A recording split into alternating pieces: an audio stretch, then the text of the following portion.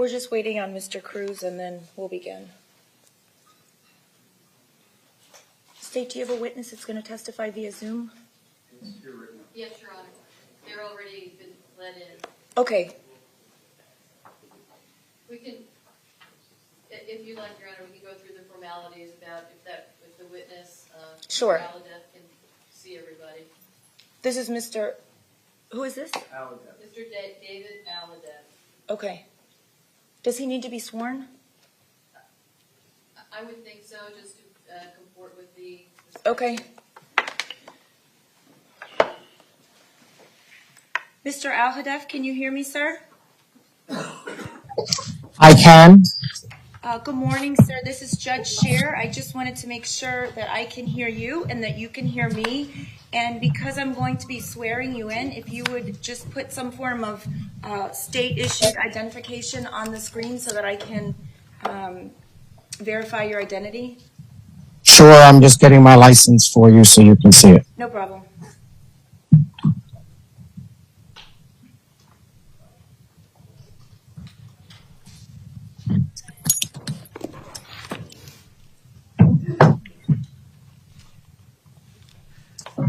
Can you just back it up a little bit? Do you want me to take it out? As long as I can read it, which, can anyone read it right now? I'll pull it out. No worries. I'll take it out. Make No sure worries. it's not just me. I just need to be able to see your name. I can see your picture. It's fine. It's not the best shot either. But... Where do they have your name? Oh, I see it. Okay, thank you, sir. You can put it down now. We're just going to wait a minute for the defendant to get here, and then I'm going to ask you whether you can see and hear him and whether he can see and hear you. And then sounds perfect. I'll swear you in, and then we'll begin. Excellent. I'm going to put you back on mute just because I'm in my classroom, so okay. Just let me know when. Okay. Thank you.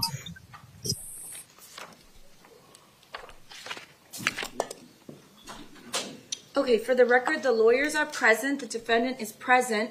Mr. Al-Hadef, are you still there? I am still here. Okay. Can you hear me, sir? I can hear you. And would someone who is seated next to the defendant please raise their hand? Mr. Secor, would you raise your hand so Mr. Al-Hadef knows where he's looking? Can you see the gentleman that's standing up and the person sitting next to him in red? Yes, I can. Okay, and Mr. Cruz, are you able to see Mr. Al-Hadef on the screen? Yes, ma'am. And can you hear him? Yes. All right, at any time, if you can't see the defendant or if the defendant can't see you, please let me know. Mr. Absolutely. Thank you. Mr. Al-Hadef, please raise your right hand. Do you solemnly swear or affirm the testimony you're about to give is the truth, the whole truth, and nothing but the truth? I do. Thank you, sir. You can put your hand down. And for the record, I have identified the witness by his, is it Maryland? Maryland driver's license? Yes. Okay. I thought so. I just want to make sure. State whenever you're ready. Mr. Al-Hadef, do you have some words that you would like to express to the court today? I do. Please go ahead. People have asked, what should I say if I come face to face with your niece's murderer? Words are meaningless to an abomination such as yourself. However, that's all I have to demonstrate my resolve. While they won't bring back my niece, Alyssa, or the 16 other angels you've mutilated back, they will be the vehicle that haunts your soul minute by minute, day by day. Your deed hit me on 3 levels: as a teacher, as an uncle, and as a human. As a teacher, I'm faced with making sure my classroom doors are secured and locked. I promised my learners that I will stand in front of them should something occur. Instead of planning for instruction, my colleagues and I now have to plan out how to look at a child in the eye who is stricken with terror and mobilize them to safety. Can you imagine what that sight is like? Wait, you absolutely can. However, I wonder if you've thought about how that look will embody you when you walk inside your cell and pray that the doors are locked. Who will be there to tell you everything will be all right? Definitely not your dear old mommy. The teachers at Marjory Stoneman Douglas High School and all over the U.S. didn't go to school to learn how to play defensive tackle. I sure as heck didn't. We went to school to learn how to nurture youth and offer guidance as best as possible. In fact, you were a recipient of these mental health opportunities, but chose not to be receptive to it. The mental health system didn't fail you. You failed you. Who is going to be your defensive tackle now? Truthfully, I don't care. As an uncle, I've had the sincerest pleasure watching Alyssa grow up into a distinguished and well-respected young lady. She was filled with empathy, care, and the belief that everyone deserved equity. In fact, if she had known you, she would have even lent an ear or a shoulder. While you single-handedly splintered and ruptured my family upon putting 10 bullets in this young soul, the one thing you've not robbed us of is our resolve. My brother, Alyssa's father, pushes forward daily and fights alongside my sister-in-law, Alyssa's mother, to ensure safety reforms. Together, they maintain a strong front while continuing to raise Alyssa's brothers. My mother, albeit her health challenges, somewhat in part to your deed, yearns to be there for her family in any way possible. My father, in his dying breath, did what he could do to offer comfort and love to the family. God rest his soul. Even my older brother, another uncle of Alyssa's, looks for ways to move forward and offer support to reduce pain. Resolve. As a human being, I believe that everyone has a chance to live and grow, be resolute in their decisions, and deserve great opportunities. Given that you've chosen to live and exercise the same right that you've taken away from the 17 you've decimated, you also deserve great opportunities. You deserve the opportunity to rot away. You deserve the opportunity to absorb the look of terror on your face once you leave this courtroom. You deserve the opportunity of knowing that justice will prevail at some point, causing you great anguish, minute by minute, day by day. So coming back to the question of what I would say, since I'm now face to face with you, sort of virtually, may the words of my mouth and the sentiments of the entire Parkland community, along with the voices of the extended community, grant you resonating images and reminders of the resolute decisions you've chosen. May our resolve continually prod you of the freedoms you no longer have and the ones that will continually be taken from you. Please exercise your right and rot in hell. That's all I have to say. Thank you, Mr. Al-Hadaf. Thank you. Your students were very well behaved. Thank you. All right. State, who's next? The state would next call Annika and Mitchell Dworet.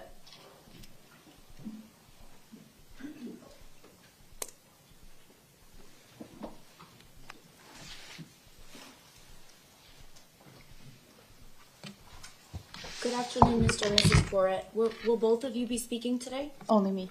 Okay. Mrs. Dworet, would you please raise your right hand? Do you solemnly swear or affirm the testimony you're about to give is the truth, the whole truth, and nothing but the truth? Yes, I do. Thank you, ma'am. You can put your hand down. Please state your full name for the record. Annika Dworet. Okay, whenever you're ready, state. Mrs. Dworet, would you like to say something on behalf of your son, Nikolas? Yes, I do. Please go ahead. We sat in this courtroom every single day during this trial. We listened to every witness. We saw every piece of evidence. It is heartbreaking how any person who heard and saw all this did not give this killer the worst punishment possible. As we all know, the worst punishment in the state of Florida is the death penalty. How much worse would the crime have to be to warrant the death penalty? And to spare this killer's life, because he has mental health issues, Doesn't every single person who chooses to murder people have some kind of mental health issue? It was extremely painful to hear all the horrific details of this massacre at All Children's High School. Just to be in the same room as this monster who killed our son Nikolas and attempted to murder our son Alex. This unbearable. One of the most disgusting and unprofessional actions that occurred in this courtroom was the defense team holding, touching, and giggling with this cold-blooded murderer. We found this to be so offensive to our family, as well as our son Nikolas' memory.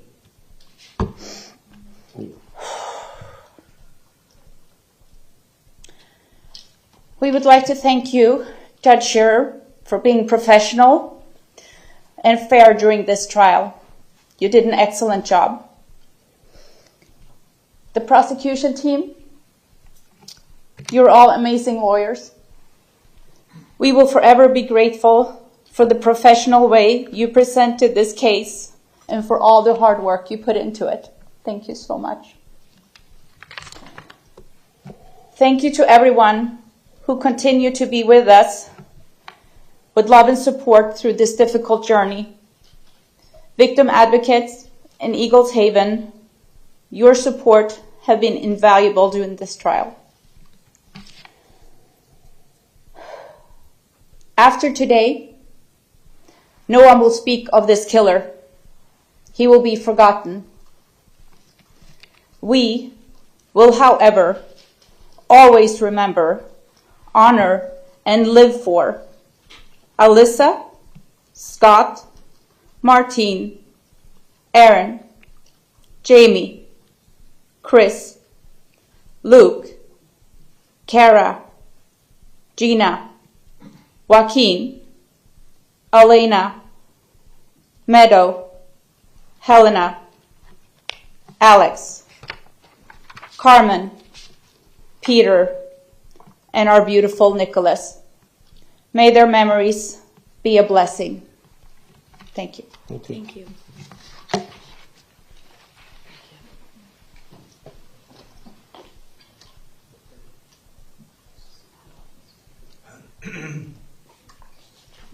Lori Alda.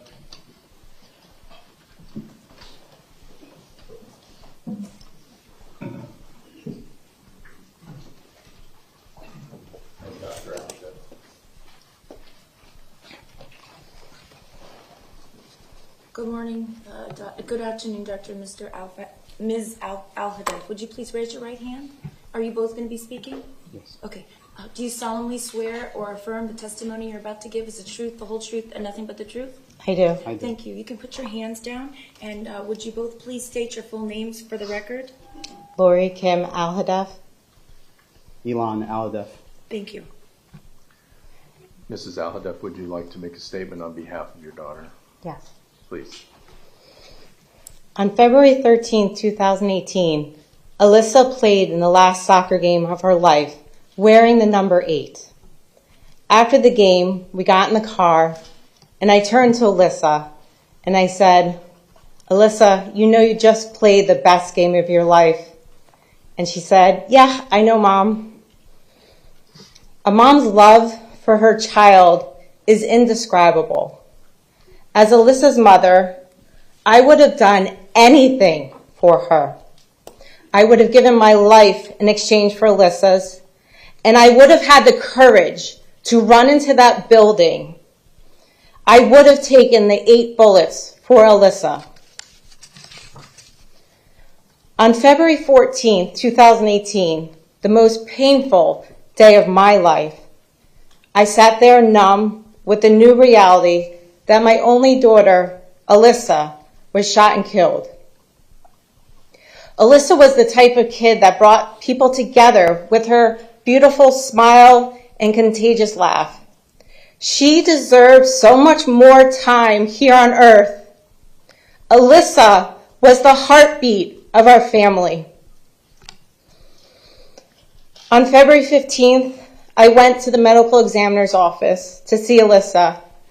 They handed me an 8x10 color photo of Alyssa. Only later that day was I finally able to see Alyssa in person. I tried to warm her body with my hands. She was so cold. I remember that I touched her in the multiple areas where Alyssa was shot with my hands. All I wanted to do was to bring Alyssa back to life, but I couldn't protect her and I couldn't save her. You robbed Alyssa a lifetime of memories. Alyssa will never graduate from high school. Alyssa will never go to college. And Alyssa will never play soccer. She will never get married. And she will never have a baby. To the killer of Alyssa Miriam Al-Hadef, my hope is for you is that you are miserable for the rest of your pathetic life. My hope for you is that the pain of what you did to my family burns and traumatizes you every day. One day, God will decide your fate. As the Great Seal of the state of Florida says, in God we trust. May your life be horrific, painful, and show no mercy. To my daughter Alyssa, know that your light will always shine, and I will continue to be your voice. I will continue to fight for change, and I will work the rest of my life honoring you with my work at our nonprofit organization, Make Our Schools Safe. Thank you. Thank you. Dr. Al-Hadef, you have words you would like to speak? I do.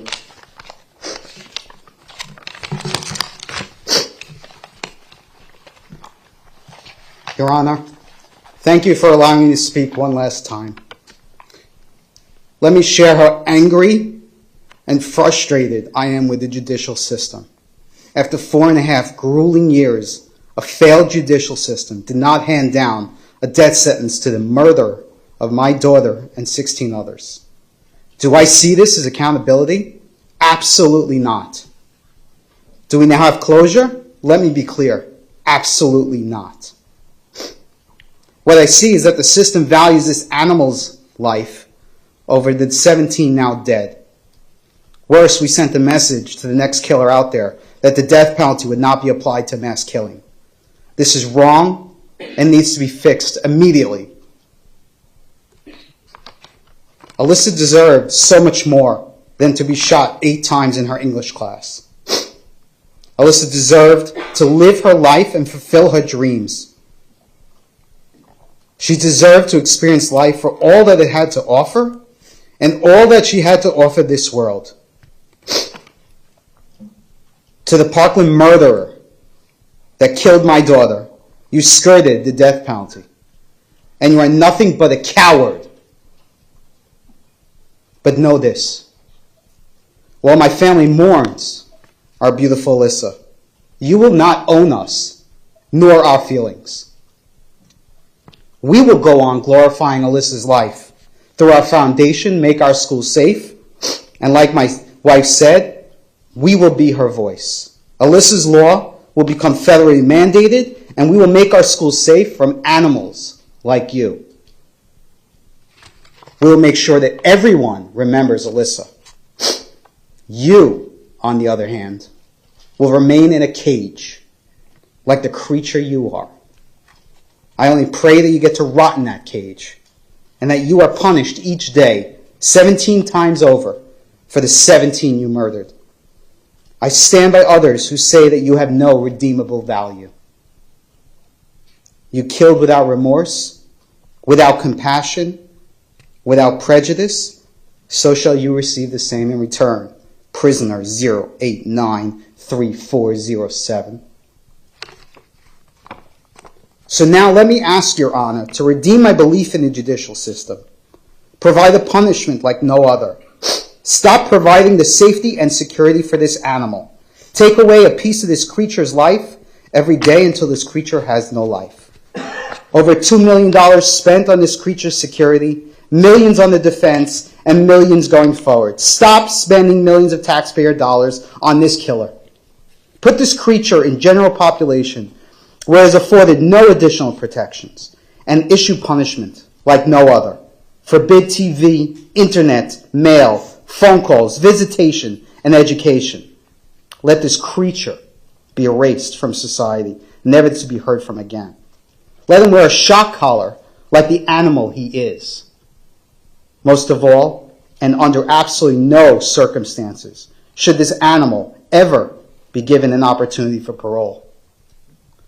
No matter who presides over the matter, let this be the final determination, one which shall stand and one that can never be overturned. Send a clear message to our society that mass murder cannot and will not be tolerated. And to all the media outlets, I ask once again, no notoriety. Block out this creature's face and this creature's name. Call this creature what it is, a mass murderer, a killer, an animal. Thank you.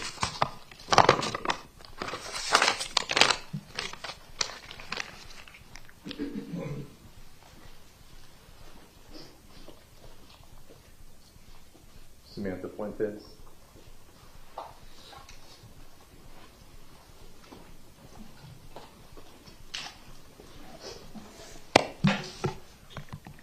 Good afternoon, Samantha. Please raise your right hand. Do you solemnly swear or affirm the testimony you're about to give is the truth, the whole truth, and nothing but the truth? Yes, I do. Thank you. You can put your hand down. Please state your full name for the record. Samantha Fuentes. Ms. Fuentes, as a victim in this case, would you like to give a statement? Absolutely. Thank you.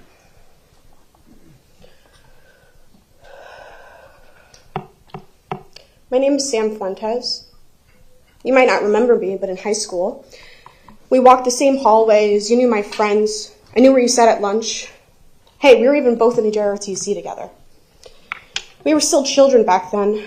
I was still a child when I saw you standing at the window, peering into my Holocaust Studies class, holding your AR-15 that had swastikas ironically scratched into it. I was still a child after I watched you kill 2 of my friends. I was still a child when you shot me with your gun. You shot me in the leg, and if you looked me in the face like I'm looking you right now, you would see the scars on it from the hot shrapnel that was lodged into it. Do you remember? After you sprayed my classroom with bullets, standing in the dorm frame, peering into see the work you've done? Do you remember my little battered, bloody face looking back at you? I could have sworn we locked eyes. This is only the beginning of how you ruined my life and many others. It's not the physical suffering. It's not just that you killed and injured a total of 34 people. It's the fact that I'll have to live with the aftermath of this for the rest of my life. I'll always have PTSD, depression, anxiety, suicidal ideations. Speaking of suicide, 3 students killed themselves because of what you did. Now, to speak quite frankly, not only do I want to kill myself sometimes, I live with constant fear that someone exactly like you will finish off the job you failed to do by not killing me. You gave me and many others a lifetime of trauma, pain, and suffering, long after you committed this crime, and for what? You are nobody now. You are not special. You have no longer the power anymore. You will step away from this, and you'll have the most unremarkable, pathetic existence, one in which I only pray that you suffer. I remember the person you were. I remember how you terrorized and threatened and fought my friends, even after many of them made efforts to get to know you better. I remember how enthusiastic you were to incite violence and spread your racist hate speech publicly. I could have saved all of us 4.5 years. So here it is. You were a hateful bigot with an AR-15 and a God complex. You still are, minus the gun. You might have everyone else fooled, but not me, because this is personal. Racism is not a mental illness. Perfectly planned and articulated manifestos and plans are not characteristics of the sickly or the mentally unhinged. You are not this helpful, vulnerable, mentally ill adult the defense tried to paint you as, and you certainly do not deserve any sympathy or pity from me or anyone in this courtroom. You had circumstances that placed you at odds with the world. Yet instead of trying to solve your problems, you threw a tantrum of lethal and tremendous size. Like a pathetic, entitled child, you made the message clear that you lack the competency to make any decisions except those that resort to violence. I assure you, you will not be famous for this. I assure you that our people will be accounted for, they'll grow and heal despite you. I assure you that I will be excitedly anticipating your demise. And I will assure you that you will remember my face, and it will make you sick. You have no power anymore. You have no future. You have nothing. I'll get to walk out of this courthouse without cuffs and go home. You will not. The people that you kill will have a legacy much more important than you. And the people who nearly killed will live their lives, though with much difficulty, with a compassion and a dignity in ways you will only dream. Without your stupid gun, you are nothing. My name is Sam Fuentes, and you will not forget me. I'll never forgive or forget what you've done. And to say I won't be angry for the rest of my life would be a lie, even though I know that's exactly what you want. Though I'm angry about this verdict and believe you do not deserve to share the same earth as the rest of us, unlike you, in a state of great adversity, I can proudly say I'll never stoop as low as you will. And as you did.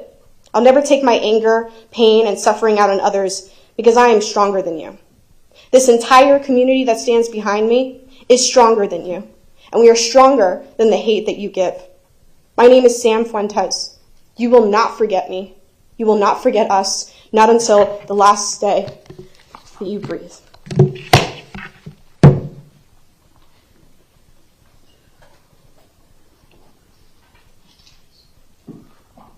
You want to take a break? Yes, please. All right, we're going to be in recess for 10 minutes.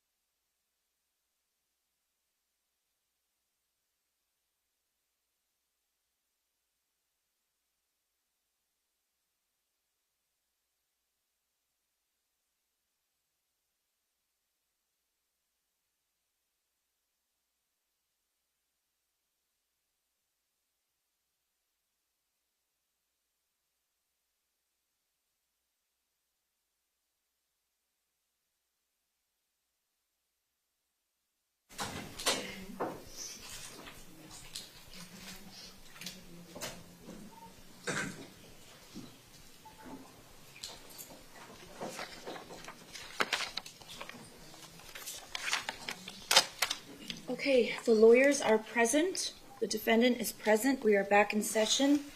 State, when you're ready, you may call your next witness. Thank you, Your Honor. Thank you. The state would call Tavika Collins to give a statement on behalf of Mrs. April Shentrup. Okay. Good morning. Good afternoon. Excuse me. Please raise your right hand. Do you solemnly swear or affirm the testimony you're about to give is the truth, the whole truth, and nothing but the truth? I do. Thank you. Would you please state your full name and spell your last name for the record, and then state the name of the person that you're giving the statement for? Yes, Thank you. Tavika Collins, Collins, and I'm reading on behalf of April Shentrup. Thank you. Would you please give a statement on behalf of Mrs. Shentrup, the mother of Carmen Shentrup? Yes. Thank you. This trial has made it clear to me that we need better laws. Committing a mass shooting should be an automatic death sentence, and I hope a law like this can be passed in the next legislative session. I also hope that the legislator will reinstate a simple majority vote to the death penalty, as the law was written previously. I know that this trial, the verdict, and wanting to hold people accountable does not bring Carmen back. But I feel that Carmen deserved better. Carmen was a bright and caring daughter. I miss her every day. I miss her smile and beautiful face. I miss our talks and her silly jokes. I miss watching her wanting to do everything her older brother would do, trying to be a role model for her younger sister. I miss seeing how she would tackle problems, playing her violin for orchestra, concerts, or talking in front of a large group. Even though she had stage fright, I miss hearing her challenge herself and her friends to see who would get the highest test grade in class. I miss us watching movies and TV shows together, such as Marvel or This Is Us. I miss us singing country songs together in the car with our at-home karaoke. I miss going to concerts with her. Our last concert together was Fall Out Boy.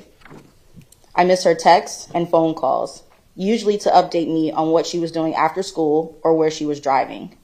I miss her telling us about her day at the dinner table. I miss her sharing her PowerPoints about upcoming vacations or plans for the future.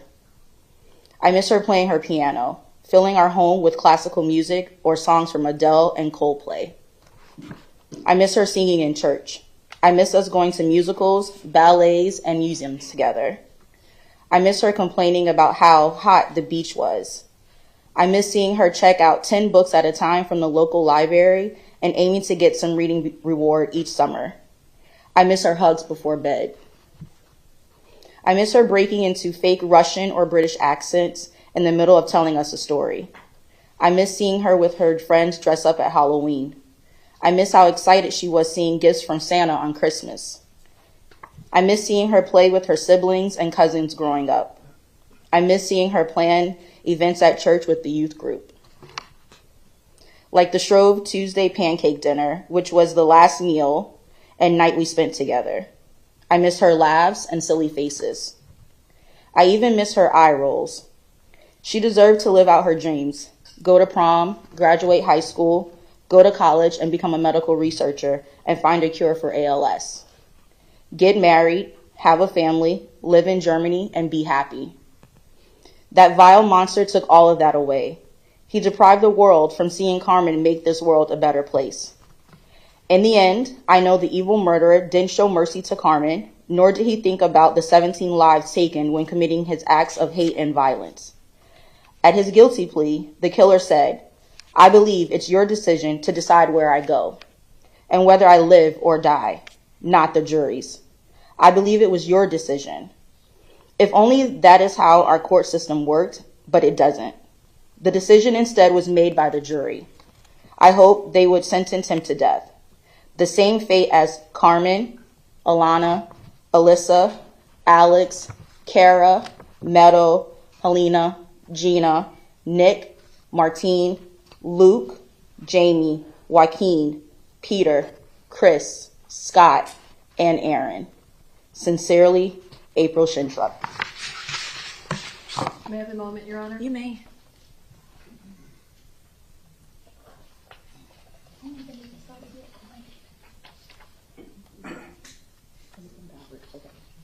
Sorry. My apologies. I completely read backwards. Sorry. That's okay. Okay, I want to thank the prosecution for their hard work in this case. I feel they tried with all their might to get our families justice for the deaths of our loved ones.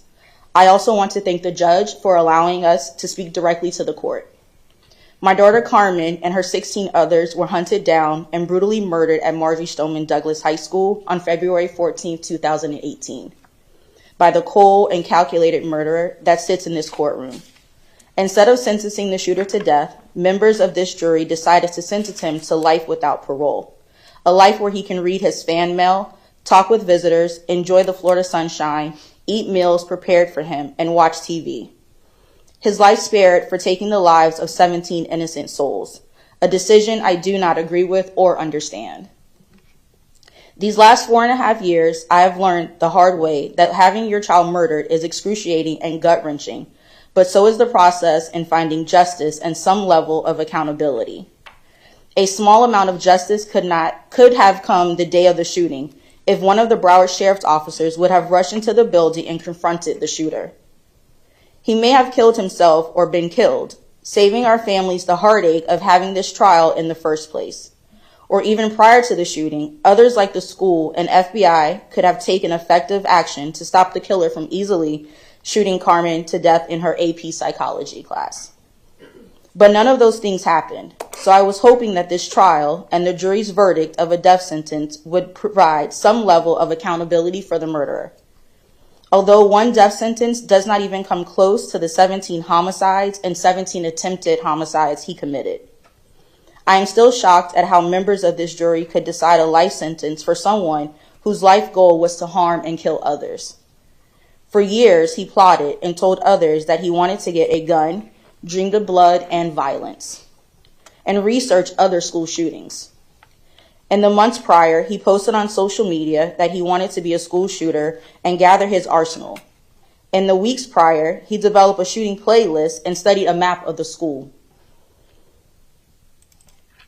Days prior, he created videos saying that he was aiming for a high body count and wanting to be remembered.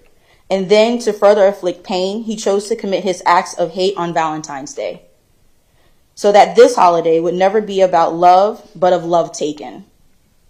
Rather than trying to build a life for himself, this heinous individual chose to take the lives of others.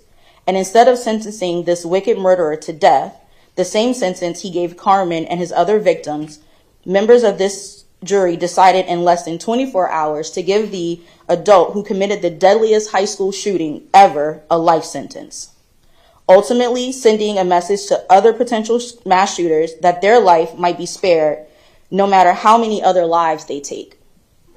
This sentence also shines a spotlight on the disparity of our so-called justice system, where others who murder fewer people receive a death sentence. It is clear a few members of this jury valued Carmen's life and the lives of 16 others less than the shooters. It is also clear that they do not value the lives of future victims that will come about because of their decision as well. And then it proceeds to what I read previously. Thank you. Whenever you're ready. Thank you, Your Honor. Calling Juan Vicente to give a statement on behalf of Philip Schentrup.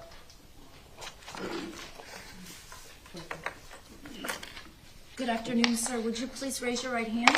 Do you solemnly swear or affirm the testimony you're about to give is the truth, the whole truth, and nothing but the truth? I do. Thank you, sir. You can put your hand down. Would you please do as the lady before you just did, where you state your name and spell it, and then state the name of the person that you're speaking on behalf, please? Okay. Juan Vicente, Vicente, and I'm speaking on behalf of Philip Schentrup. Okay, thank you so much. Mr. Vicente, do you have a statement on behalf of Philip Schentrup regarding his daughter, Carmen? I do. Would you please give it? Good afternoon. I would like to thank the court for the opportunity to provide testimony on behalf of my beloved daughter, Carmen. My daughter, Carmen, was amazing. I was often in awe of all she had accomplished in her short time. To say she was brilliant is like saying the sun is bright. Both are true, but neither truly capture their magnitude. Carmen taught herself to read at the age of 3 by overhearing my wife teach her older brother. She was a straight A student from her first grade until she died, and she accelerated through school to be a 16-year-old senior. She was a gifted musician and filled our house and our lives with beautiful music, especially on her beloved piano. She was witty and funny and could have our family crying around the dinner table from laughing so hard. She was selfless and glad to offer help to those who needed it. Carmen was president of her youth church group, raising money for those in need and volunteering at a homeless shelter. Carmen was loyal and empathetic, a close friend to many. Often quite shy when she was young, Carmen was bursting forth from her cocoon and had become adventurous and courageous. She had become comfortable speaking in public, adulting on her own, and even driving herself to Broward College to take German so she could adventure overseas to go to medical school. She was brave and fiercely determined. Carmen never needed advice on how to get something done. She already knew at her young age that she was unstoppable. All she had to do was just get started. Carmen was all those things and much more. The only thing that could stop Carmen were bullets fired from the rifle of a pathetic and vile coward. As amazing and loved as Carmen was, she has been failed by every institution in our country that should have been protecting her. The FBI, the sheriff's office, the school district, and the mental health system all failed Carmen. The FBI had multiple tips the murderer was going to commit mass murder and did nothing. The mental system showed for the murderer alone, providing services but never actually trying to help. The school district failed on multiple levels, from the school's principal who testified the security of his school was not his responsibility, to the chief of student performance and accountability, who days after Carmen's murder justified unlocked doors and open gates at Marjory Stoneman Douglas by saying it was a common practice across the school district, to the school safety specialist who saw the murderer enter the school with a gun and ran away or hid in a closet, but never called a code red on the radio. Carmen was failed by the coward Brower, who the Broward Sheriff Office led an MSC to retire in place, instead of dealing with his poor performance. But he was not alone. She was failed by the 7 other BSO officers who stood around while children and teachers were murdered, none having the courage to do what was right and needed. And finally, she has been failed by our legal system, for there is no justice for Carmen and the 16 other murder victims. Failed by individuals whose hubris value the life of a depraved, premeditating, and omnipotent mass murderer over the lives of the 17 remarkable people. Philip Schentrop. Thank you. Thank you, sir.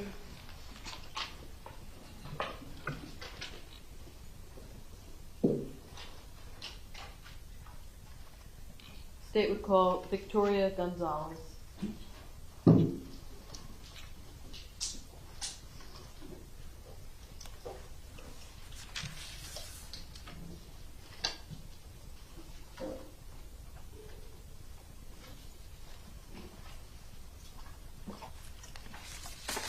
Hi.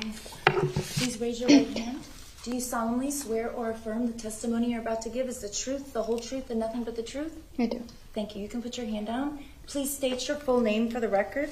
Victoria Gonzalez, Gonzalez. Thank you. State whenever you're ready. Ms. Gonzalez, are you here today to give a statement regarding Joaquin Oliver? Yes. Would you please do so? Before I open this, I am wearing Joaquin's t-shirt that he wore the night before you killed him. And it says, if you can't read Spanish, it says, you with bullets, I with balls. And I just want to start with that. This is my protection. This is Joaquin with me. Crazy enough, he knew what was coming. Yeah. I don't know if you remember me, but we did have a class together the year before hell broke loose. I remember where you sat, in the row next to me, a couple seats behind me, and I remember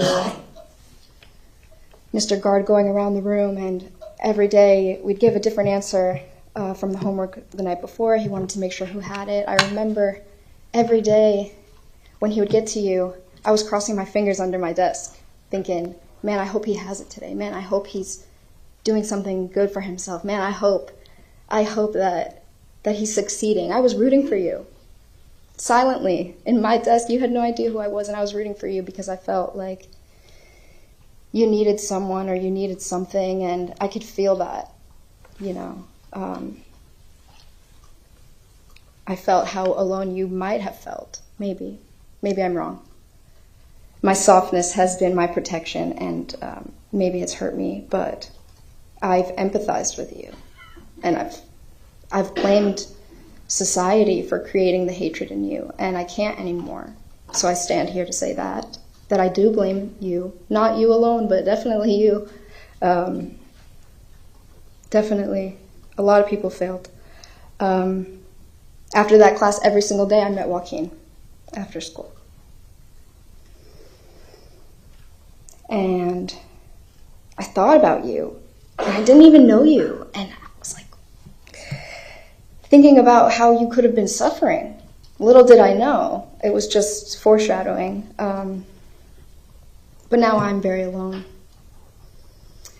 and I'm very isolated, and I can't make friends, and I can't build relationships because I'm looking over my shoulder. Even emotionally, I can't feel safe. I can't trust people to take care of me. I'm alone all the time. I can't let someone love me. I ask for others to understand this pain. But how? How can anyone understand this pain? Why do I understand this pain? Why? Because of you.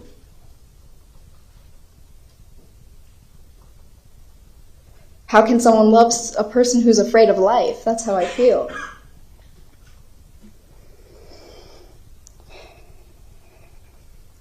But Joaquin loved me for all of my flaws, for everything. He saw the capacity to grow. He saw that my brokenness made me whole, if that will make sense. He saw light shining through the cracks.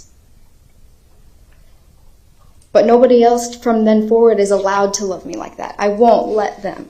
I don't have friends. I don't make them. Maybe people think that we're friends, but I don't feel safe.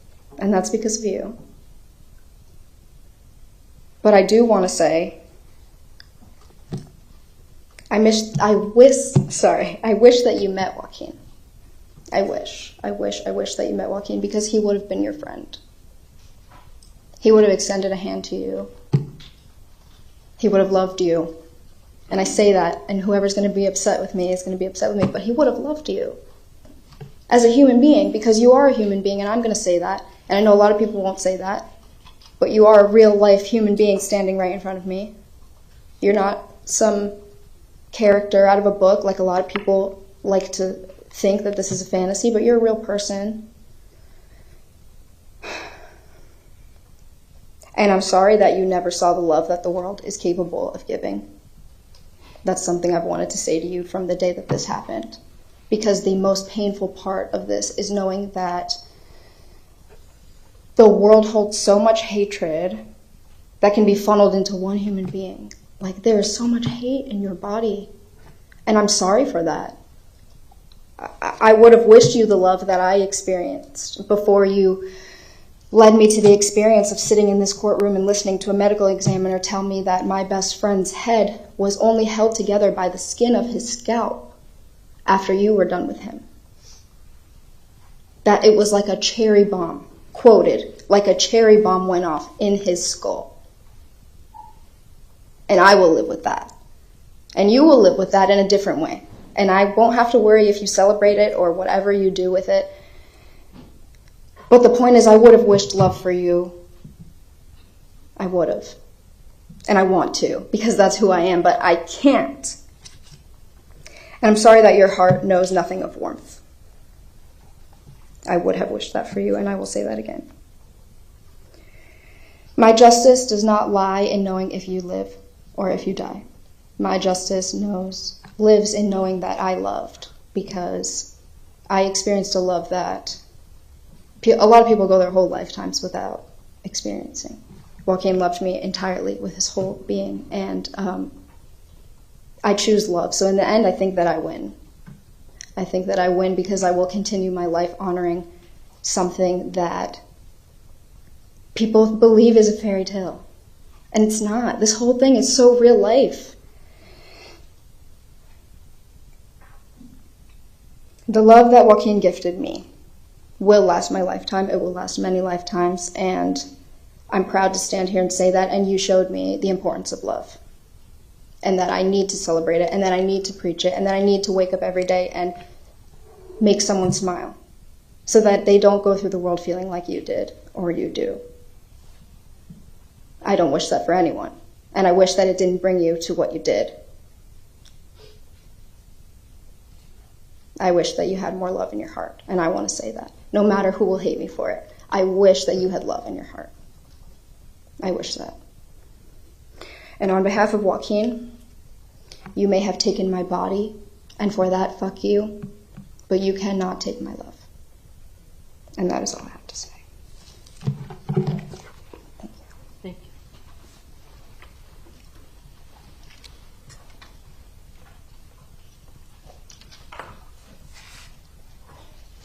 Whenever you're ready. Thank you.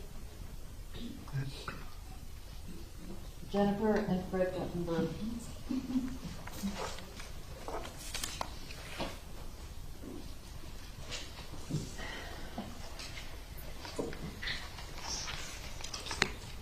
Mr. and Mrs. Gutenberg, are you both going to be speaking? Yes. Okay, would you both please raise your right hand? Do you solemnly swear or affirm the testimony you're about to give is the truth, the whole truth, and nothing but the truth?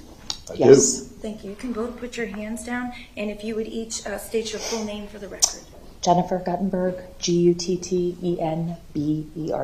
Thank you. And Fred Guttenberg, same spelling, Guttenberg. Thank you. Nice to see you both. Mrs. Guttenberg, would you like to say something on behalf of your daughter, Jamie? Yes, I would. Please go ahead.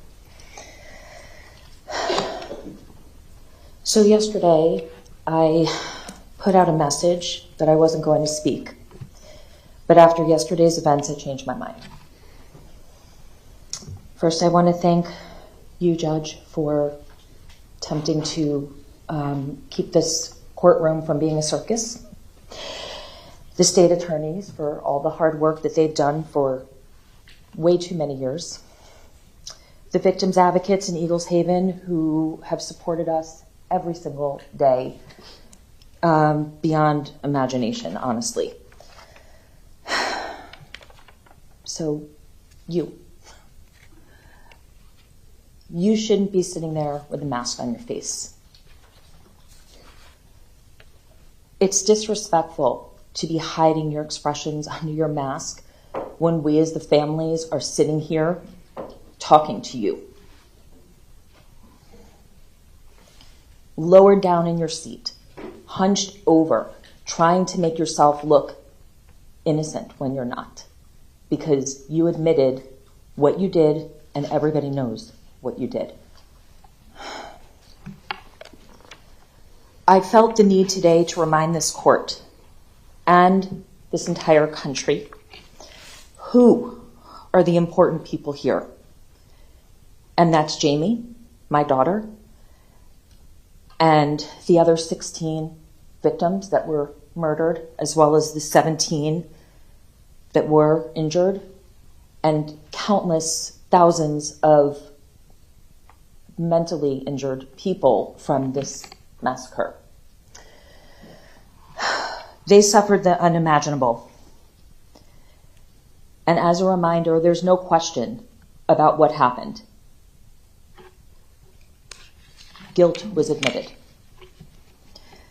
I won't take the time to talk about you, because as far as I'm concerned, you deserve zero acknowledgement.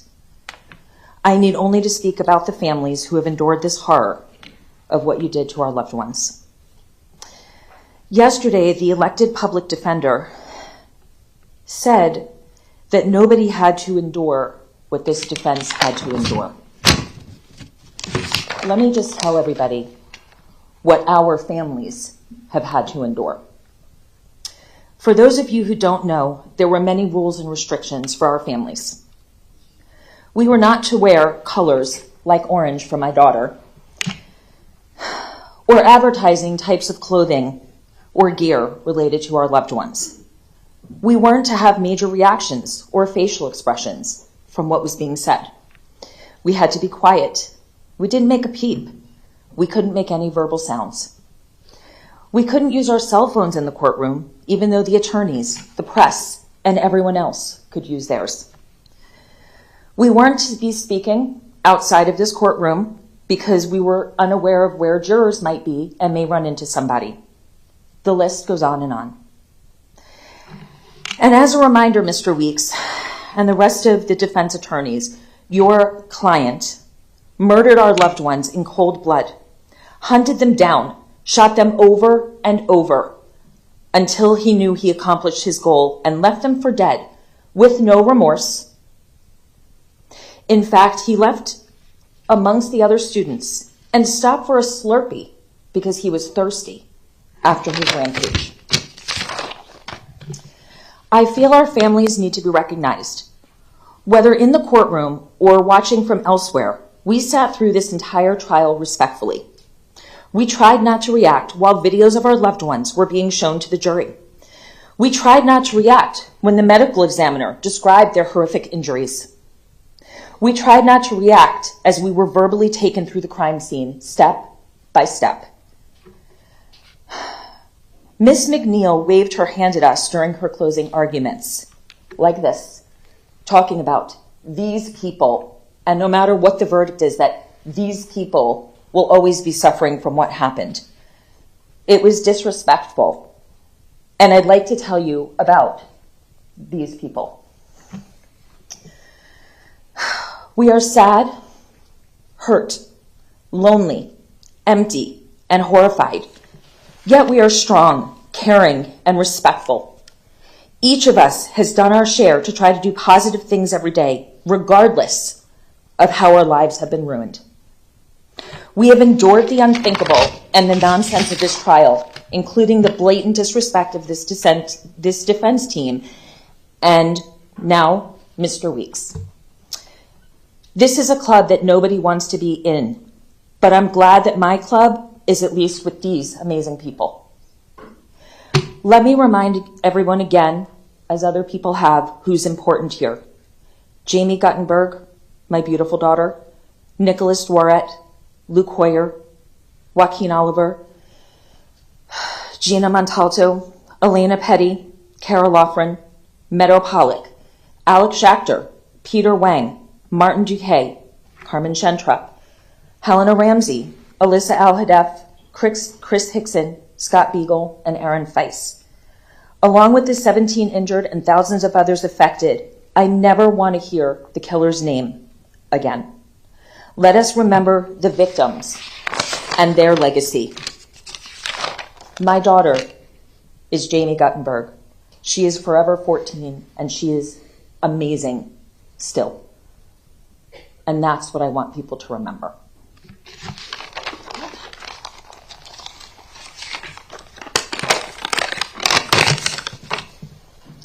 I only decided about 10 a.m. this morning that I was going to do this, so I scribbled down a few things. I may ramble on a bit. If I do, I apologize. I see you're still needing to do your thing, so.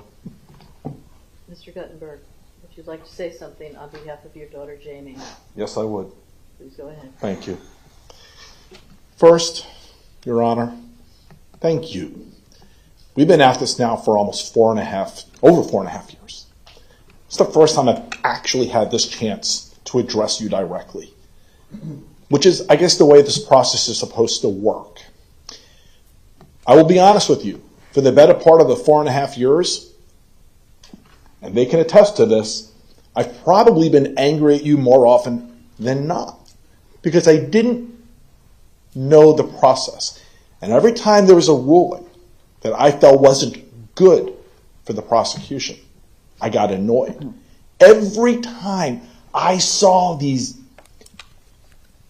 things coming up from the defense that took up time, that delayed us, that are the reason we're now 4.5 years out, I got annoyed. And I kept on saying to them, why can't the judge do more? Why can't the judge do more? And I need to say to everyone here at this table, you are the most amazing group of people I've ever been connected to. And I thank you. Because your ability to make sure I understood every bit of it, to make sure that everything the judge was doing was to ensure there couldn't be a call for a mistrial. We heard that often. Or some kind of, should this have resulted in the death penalty, an appeal.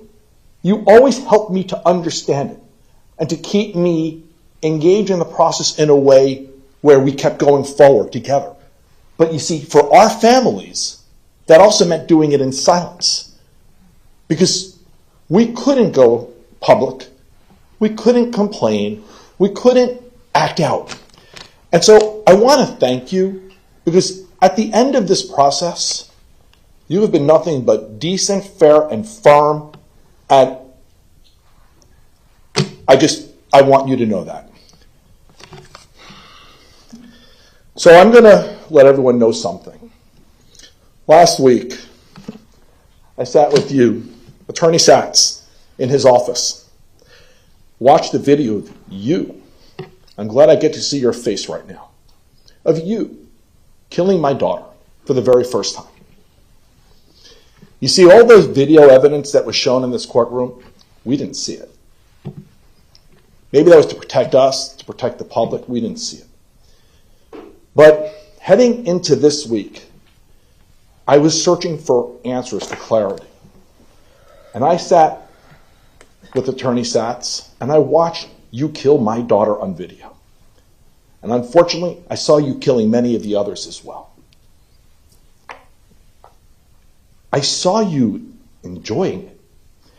And I saw also what I expected of my daughter, who was the toughest human being on the face of the earth, running for her life down the hallway. And the thing is, my daughter made it to within 1 second of being alive. She actually made it into the stairwell. You shot her with a single shot. You severed her spinal cord, her chest filled with blood, in the stairwell. You did that. You did that to the other 16 as well. After I sat with Mike, I did what I often do. I went to the cemetery, looking for guidance from Jamie, for strength. And I walked away from the cemetery realizing, no matter the outcome of the verdict, nothing changed. Jamie's still at the cemetery. Nothing changed. I'm still a dad who spent every day dreaming of walking his daughter down the aisle, who now will have to endure a lifetime of the reality that I won't get to walk my daughter down the aisle. There are, actually by a show of hands, anyone else in this room, because of him, going to have to endure not watching people they love get married? I am a person who has to endure the fact that my daughter is not in the college of her dreams because of you. Out of curiosity, does anyone else in this room have to endure the fact that their loved ones aren't in college? Because of you, I've had to endure spending Father's Day. My wife has had to endure spending Mother's Day. We've had to endure spending our time for birthdays at a cemetery. Anyone else, because of him, have to endure those things? Yeah.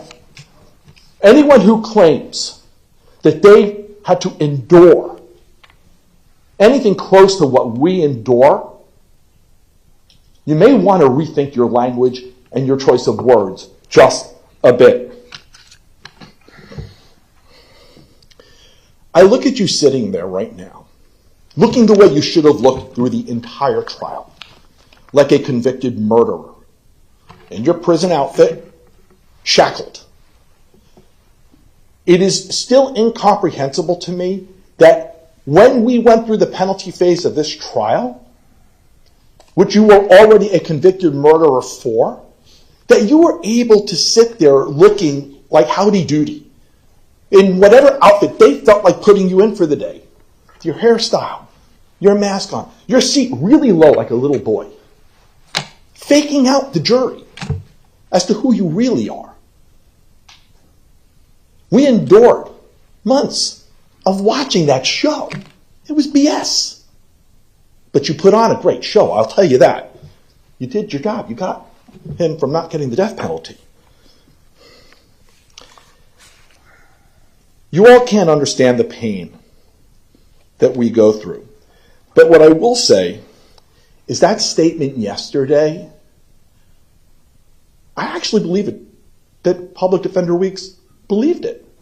I actually think you all believe it. You've endured something worse than us, which is why you've behaved the way you have with us.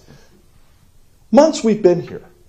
Not a single one of you has actually ever even looked in our direction, made an effort to say, we're sorry for your loss, ever. Now, I understand you had a job to do defending the indefensible, defending a mass murderer of 17 people. I understand that was hard, and you were doing your job as you were required to do. But I'm not sure anywhere along the way there was a requirement that you give up your humanity and you give up your decency, but you did. That was a choice you made. I got your email apologizing for the middle finger stunt. I have it, okay? Laughing with him as you're doing it. And the crazy thing is, I've reread it multiple times. You actually didn't apologize to us. You apologized that you didn't know the camera was on while you were doing that you got caught. That's what we've had to endure, okay? Because we've always seen you all turning this into that. But again, you didn't get the death penalty. You did your job. I hope you're all proud of yourselves.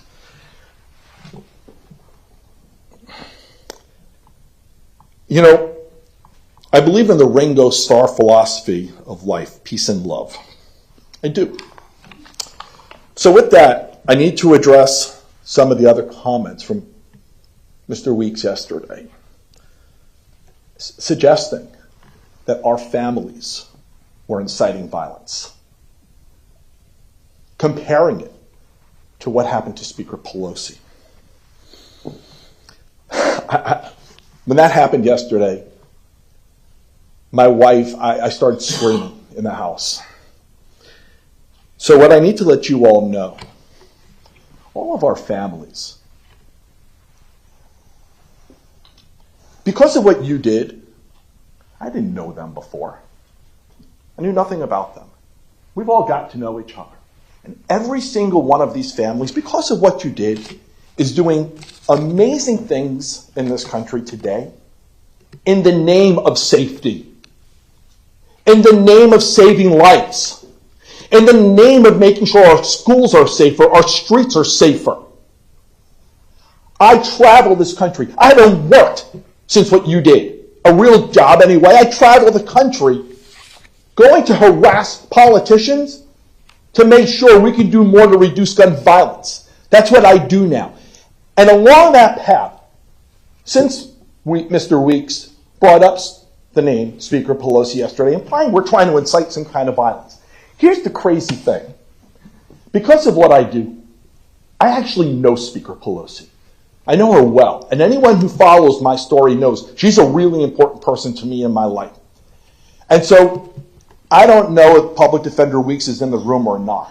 But for him to have trivialized and minimized that real act of violence to make a moronic, stupid point, shame. That's all I can say, shame. I'm going to end with this. For almost 5 years, we've been silent. We were silent through this trial. We sat here, we held it in.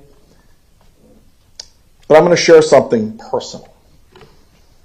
On the day of the medical examiner visits where they discussed Jamie, I need you all to know, because this gets back to the word endure, what we endure, that while I was sitting there, I was having chest pains and shortness of breath. And you want to know, I didn't say a word, because I didn't want to hear you call to the judge, because it happened in front of the jury, and ask for a mistrial. And so I sat there with chest pains. And the second the medical examiner finished talking about my daughter, my wife immediately got me out of the room.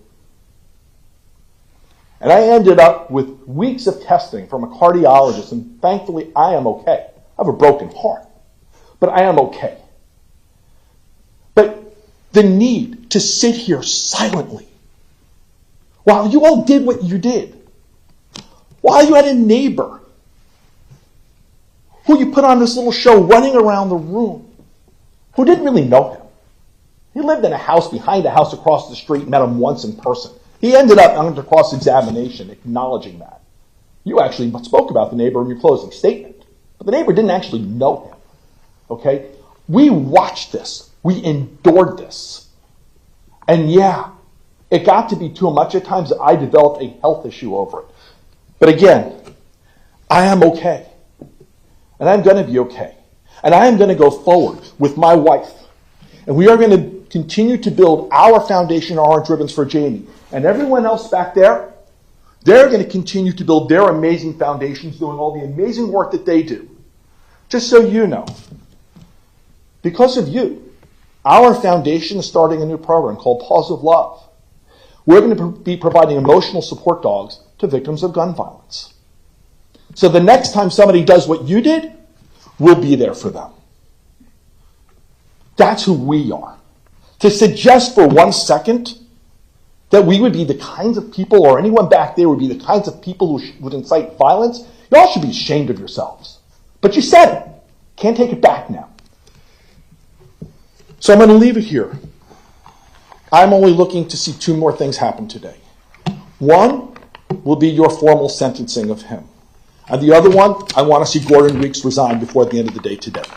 Thank you.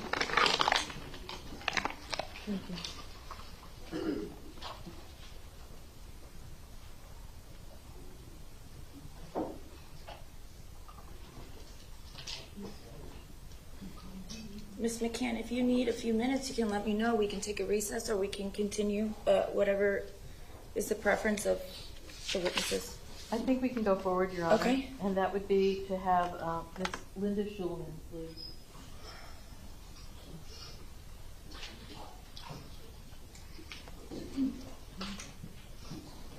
Oh, I'm sorry, Mr. Michael Schulman.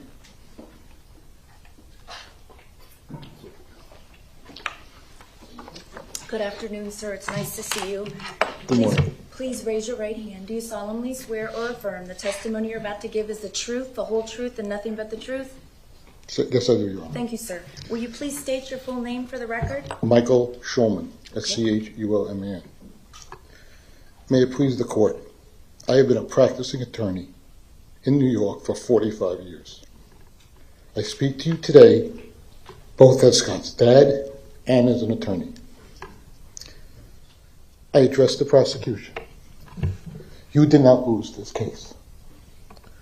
Thank you, Mike, Carolyn, Jeff, Nicole, Stephen, and Aaron, and the entire team of victim advocates and everyone who stood by us for the last 4.5 years. Your tireless dedication to trying to obtain justice for our murdered loved ones. You put on a marvelous case. You did not let us down. Again, you did not let us down. We are disappointed in the verdict, not you. Understand that. We are disappointed in the verdict, but not you. Judge Scherer, I have been before many, many judges in my 45 years as an attorney. You have presided over the most notorious and heinous case, probably in the history of Florida jurisprudence. With the eyes of all of Florida and most of the country on you, I commend you for your poise, knowledge of the law, and command of your courtroom, no matter how many times people tried to bait you. As for the defense, you did not win, and you did not win. The system failed us, okay? Not the prosecution, not the court. 12 people voted that your crime was heinous, calculated, premeditated, and cold-blooded. That's enough for me. They recognize the type of person, I take that back, the type of animal that you are. Calling you a person demeans everyone else here. I will not waste my time going to chapter and verse of all the inappropriate actions of defense counsel. I agree with everything Max Schachter said. I agree with everything Patricia Alvarez said.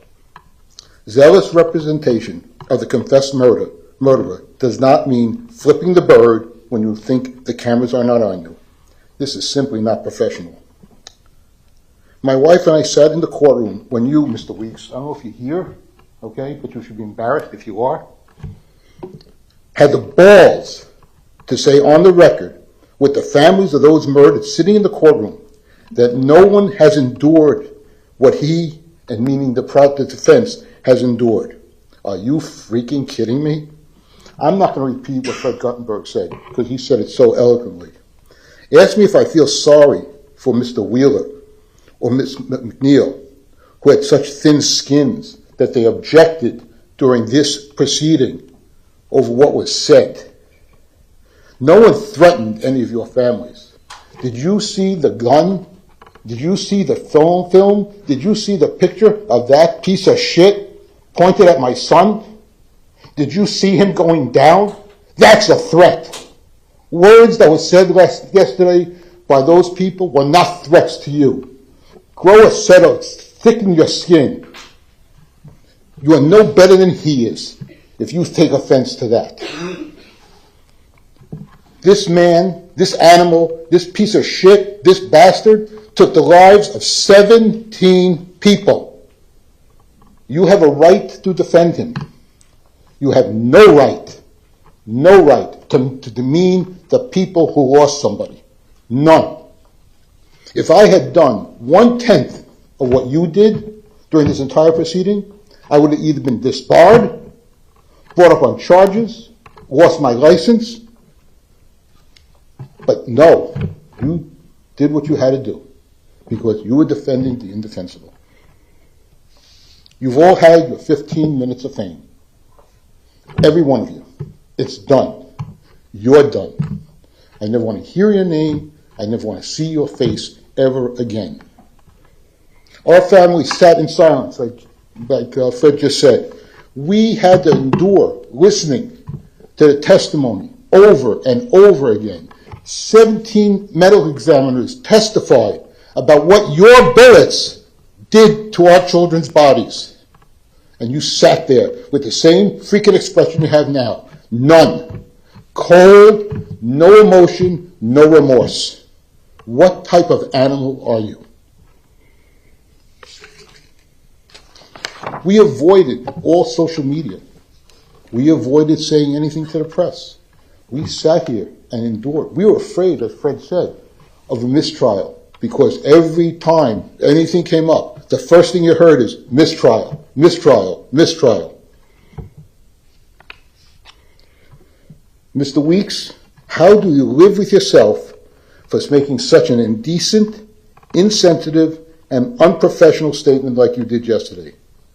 No one had to endure what your attorneys had to endure. I'm sorry, but I don't believe any of your attorneys or our loved ones were murdered by the bastard your office is representing.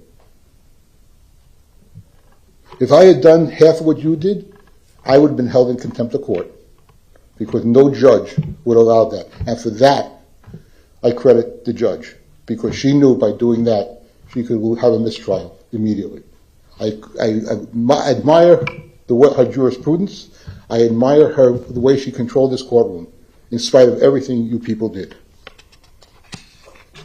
Now I want to tell you why I'm here. On February 13th, 2018. I was home in bed with the flu. My son Scott called me to see how I was doing. Said, not so well. He said, don't worry, I'll speak to you tomorrow. That never happened. But let me tell you more about February 14th. February 14th is also our daughter Melissa's birthday.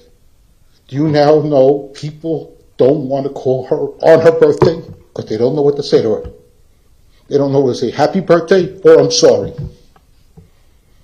2 days later, we were sitting in my mother-in-law's home in Palm Beach Gardens, February 16th. We were sitting with a funeral director. That's my birthday. My birthday memory is sitting at a table planning my son's funeral because of you.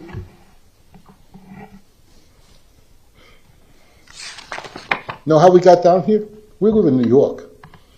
I was watching TV, CNN. I was sick. They report a mass shooting in a city, town, school in Florida. Parkland, Florida.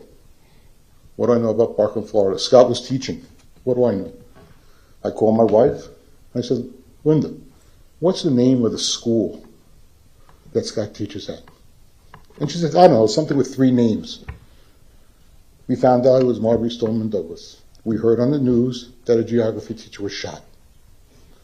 Couldn't get a plane down here. There were no commercial flights down. We had to charter our own jet to fly us down here and sit in the Marriott, the command center, for hours, not knowing what happened to our son. We sat there with all these people, some of them crying, some of them scared, not knowing what the hell had happened to their loved ones. You talk about the victims. Yes, Scott was a victim. There were 16 other victims who were killed. There were 17 other victims who were shot. There are thousands of people in Parkland and all over the world, okay, who were affected by what happened here. Scott was a camp counselor. For 28 years, he was a camp counselor.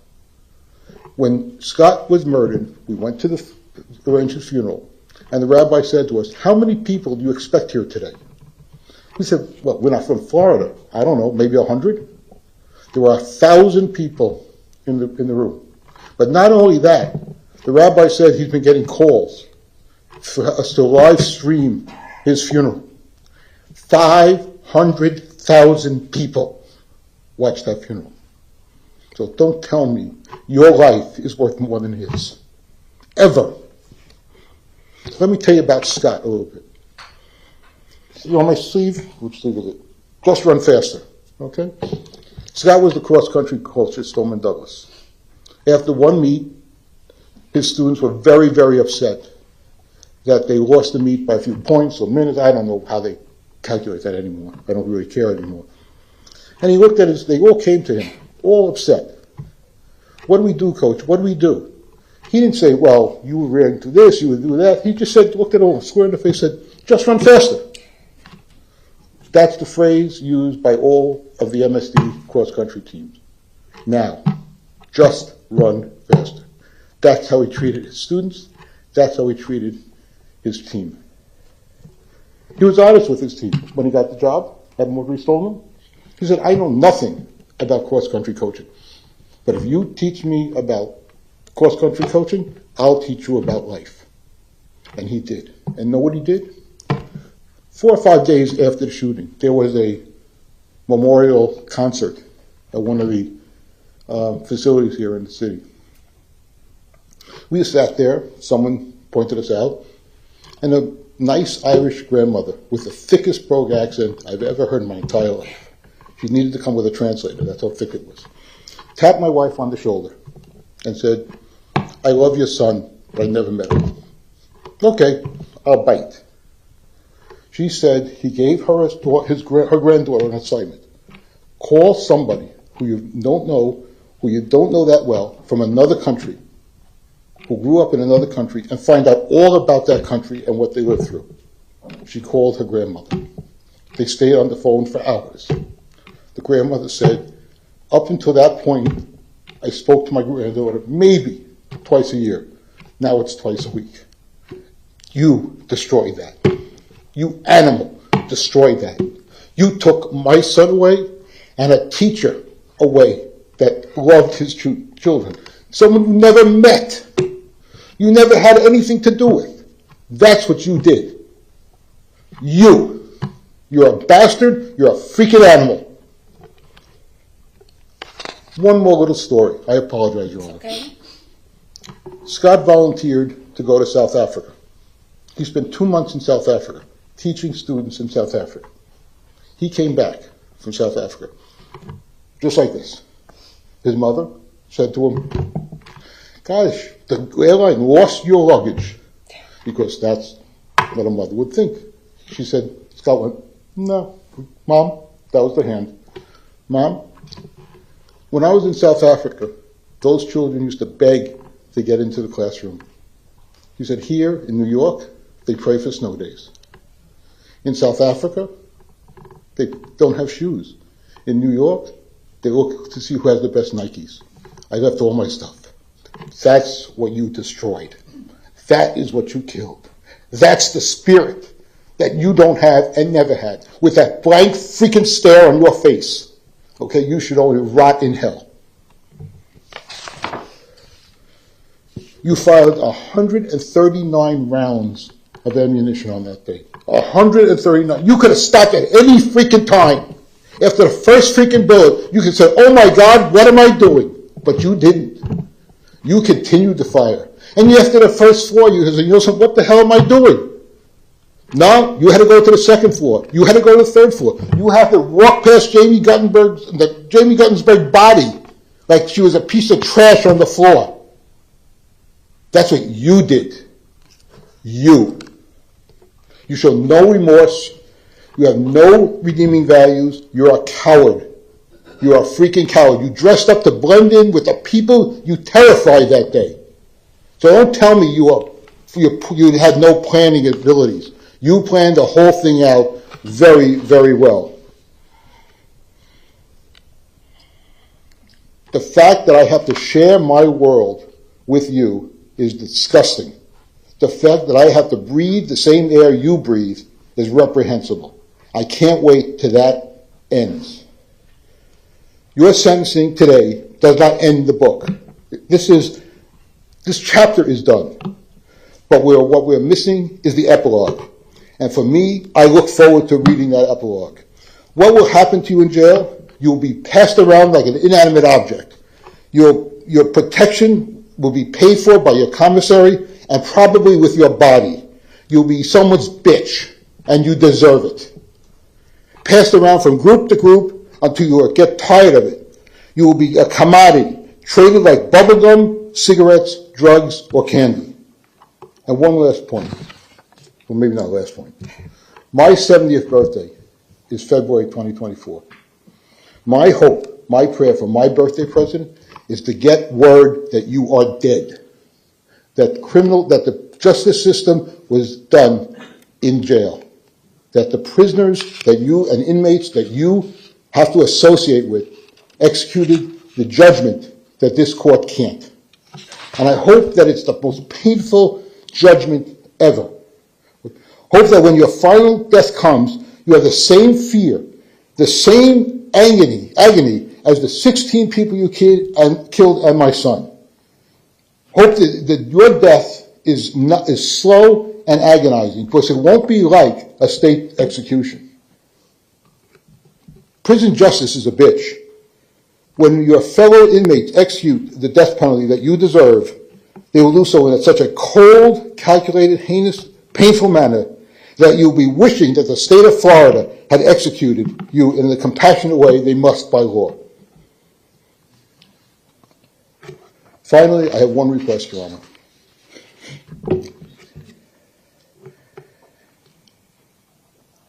I'm sorry. I just want to say one more thing. In spite of you, in spite of that cold stare, in spite of that ice water bullshit that runs through your veins, in the fact that you have no remorse, no feelings for anything or anybody, we will survive. These 17 families and all the victims of your heinous crime will survive. We will go on, we will make the best of our lives, and we will deal with the daily grief, pain, and anger that we feel every day. I have to learn to live with the pain you caused to my entire family. You are the worst kind of animal. Contrary to the defense, one of the mitigating factors were you are a human being. Trust me, you are not. You are the lowest form of pond scum, and I apologize to pond scum for equating you with them. You are a spineless and soulless monster. My son Scott was a human being. He still is. Something you will never be and never were. He has a soul, he was kind, he has a character, and he cared for his fellow human beings, something you never did. Now one last request, Your Honor. I apologize. I would like to make a formal request to you, or to whoever it has to be, on the record, to the Public Defender's Office. I'm requesting that under the Freedom of Information Act, that the Public Defender's Office make available to me within 30 days, including but not limited to the following documents: each invoice to experts, each billing statement for work done, each and every invoice for disbursements incurred for the representation of the shooter, the amount paid to each public defender, and the compensation to any persons who were compensated for representing the shooter. This day has been long coming. Didn't know how it'd feel right now. Don't feel any better because he's still breathing. The day he stops breathing, I will feel better. Thank you.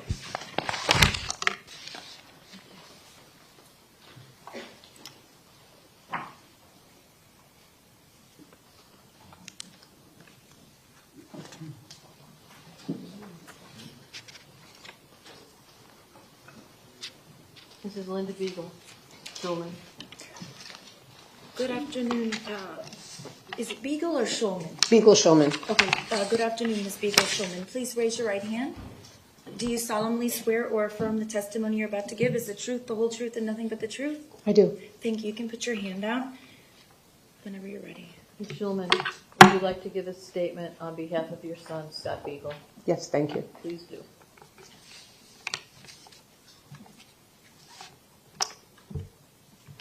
It has been 1,723 days since you murdered my son, along with 16 other innocent students. My son Scott was the geography teacher and cross-country coach at Marjory Stoneman Douglas High School, which you heard all about from my husband.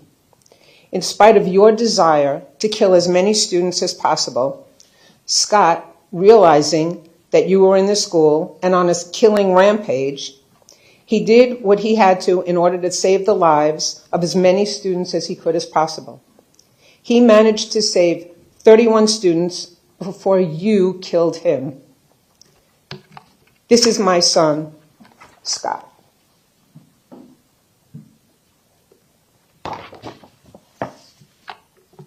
I've had 15 days to ponder the jury's verdict, and I realized that the death penalty was way too easy for you.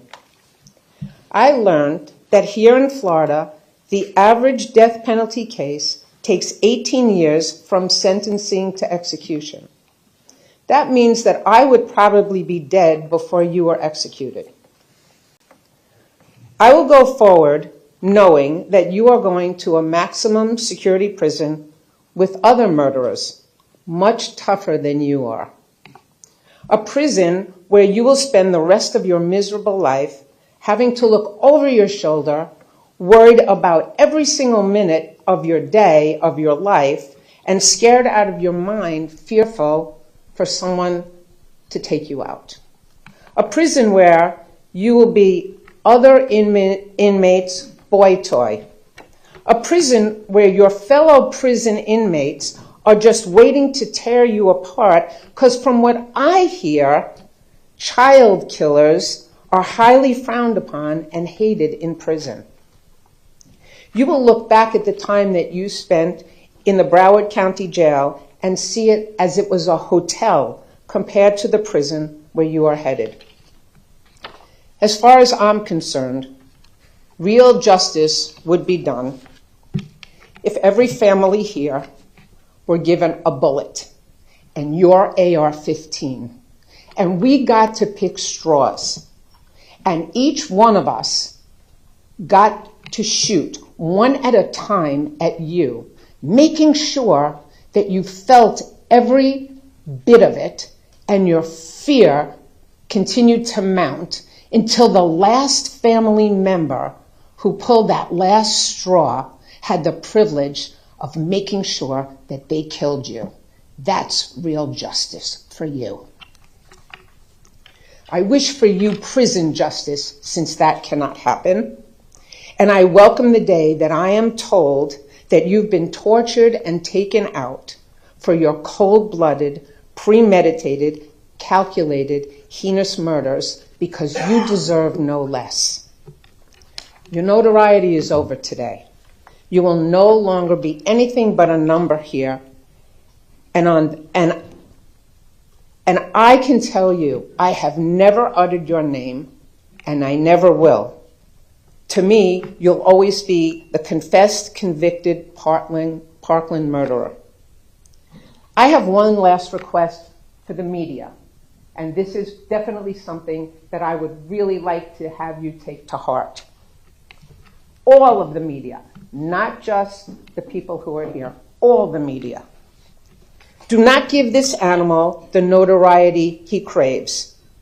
Out of respect for the 17 families whose loved ones were murdered by this animal, an animal that continues to show no remorse, please do not use his name in your reporting ever again. Please refer to him of who he is, the confessed, convicted Parkland mass murderer. Please bear with me for a little longer. Promise not like Mike, I promise. Okay. It's okay. To the state's trial attorneys, Michael Satz, Carolyn McCann, Jeff Marcus, Nicole Chiappone, Stephen Klinger, Aaron Sabitsky, as well as your entire staff, including the victims' advocates. When we first began this case, you answered all my questions, and I had so many questions. You explained to me that this is the perfect death penalty case because I was not aware of what the difference really was for the death penalty or life in prison without parole. Mr. Satz, you took the time and explained and promised me. You said, this is a very important case. The reason we go for the death penalty in this case is because you and your team wanted to make sure that it was not going to be just another mass shooting. You promised that the Parkland shooting case, every single one of our loved ones would be known by name, by face, who they were, their age. Nobody, if they ever heard Parkland again, would not know about every one of those loved ones that were murdered. You fulfilled your promise. For that, I thank you from the bottom of my heart. You kept your promise. The case that you all put on was flawless, okay? You proved every aggravating factor. Every one of you, for me, and I'm sure I speak for all the families, you were patient, you were supportive, you were kind, you were caring, you were in this with your hearts, you understood, you answered every single question, no matter what time in the middle of the night. We had all your cell phone numbers, okay? You became a family. You became a family to me, and you became a family to Michael. I cannot thank you enough. To you, Judge Scherer, thank you for handling this extraordinarily difficult trial in such a professional and compassionate manner. Thank you so much for everything that you've done. To everyone who can hear my voice or see me today, these are the names and faces I want you to remember. These are our loved ones who were murdered on February 14th, 2018. These are the innocent lives that we will remember and celebrate forever.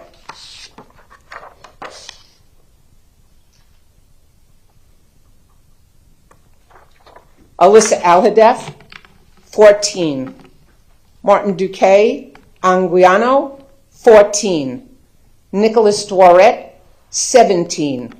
Aaron Feiss, 37. Jamie Guttenberg, 14. Chris Hickson, 49. Luke Hoyer, 15.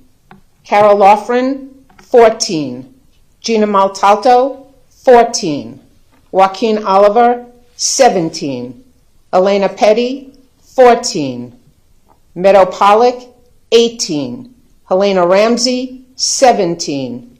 Alex Schachter, 14. Carmen Centra, 16. Peter Wang, 15. My irreplaceable son, Scott Beagle, 35, who I will honor, cherish, and love for every day of the rest of my life. Thank you.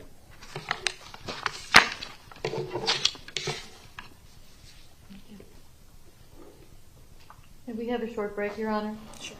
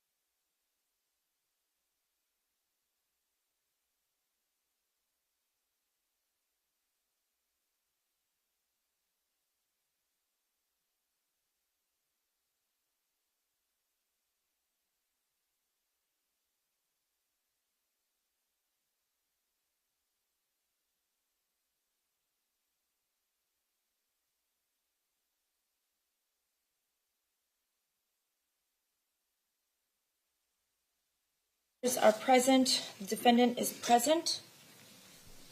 Judge, if you could just indulge us for a couple more minutes while the witnesses come back in from the Eagles Haven room, please. Sure. Thank you.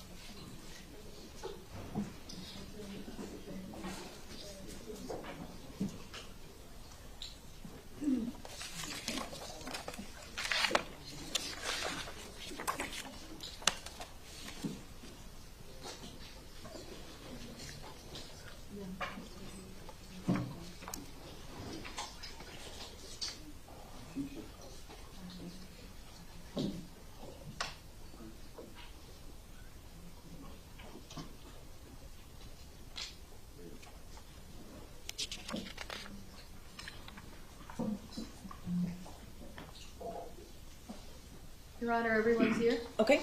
Thank you. Sure. The state would next call Ms. Andrea Gersey.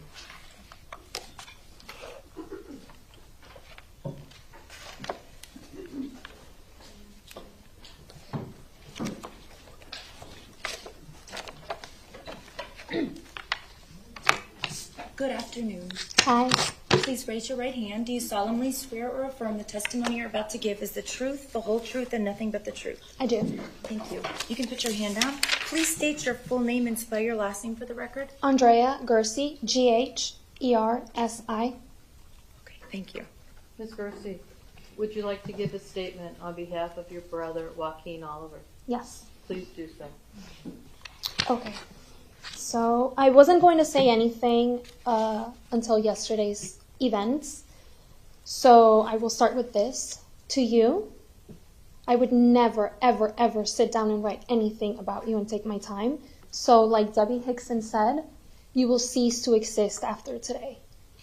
I just hope that your fellow inmates take real nice and cozy care of you. Okay. So, I wasn't going to say anything today, but in light of yesterday's events, I decided I would not allow any of you to make us out to be the kind of people that resort to any kind of threats, especially threats towards children. No one in this courtroom has had to go through what we have had to go through. Statement by Gordon Weeks. What exactly have you had to go through? Did you have to sit here for the past few months and listen to medical experts describe how many shots your loved one received? How much they suffered while being hunted down by the murderer? Are you that out of touch?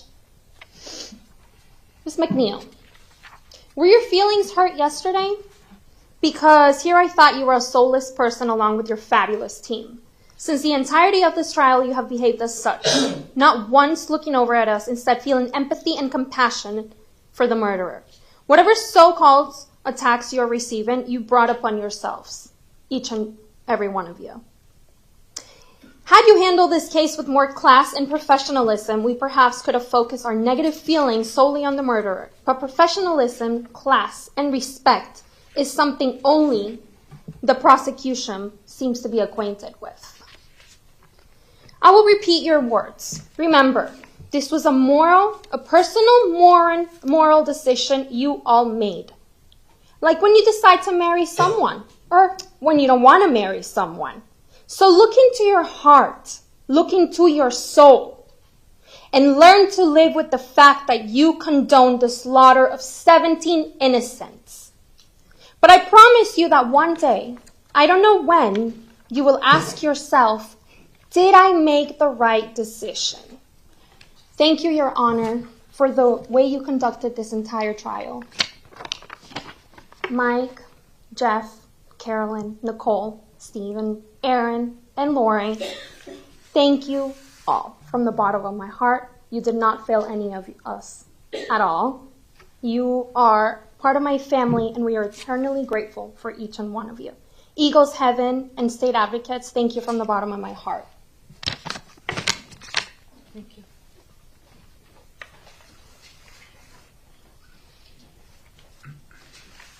Mr. Manuel Oliver.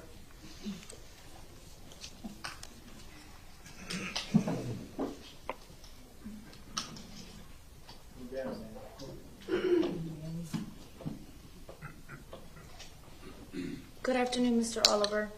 Good afternoon. Please raise your right hand. Do you solemnly swear or affirm the testimony you're about to give is the truth, the whole truth, and nothing but the truth? I do, yes. Thank you, sir. You can put your hand down and please state your full name for the record. My name is Manuel Oliver, and I am Joaquin Oliver's dad. Mr. Oliver, would you like to say something on behalf of your son Joaquin? Yes, I do. Please do.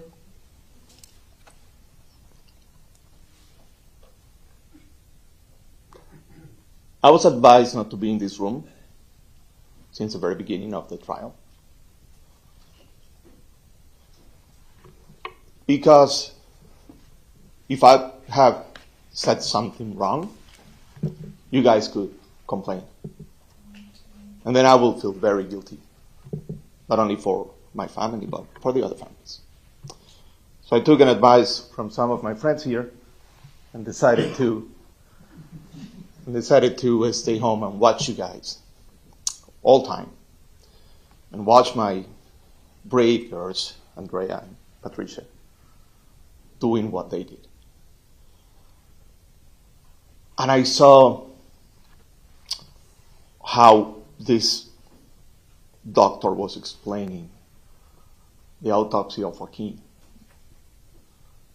Details that I was avoiding, because I always hoped that Joaquin did not suffer. But he did suffer.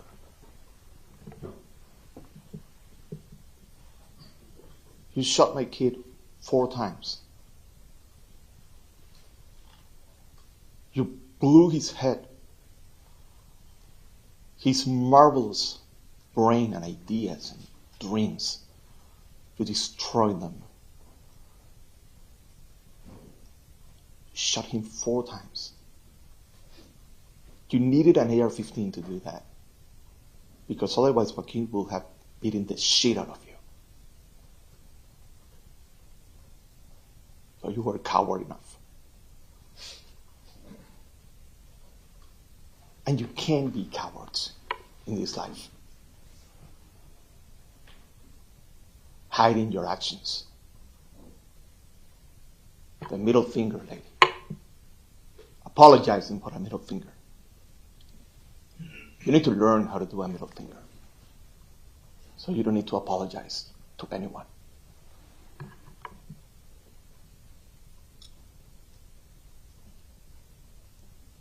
Yesterday I heard all of you concerned about your children. It's ironic and unreal. The whole trial suddenly, oh, don't mess with my kids, my children. Keep away from that. Really? What about our children? So for a minute, the trial was about protecting your kids. That was crazy. That was crazy. I was told not to use profanity here. I won't. I'll try.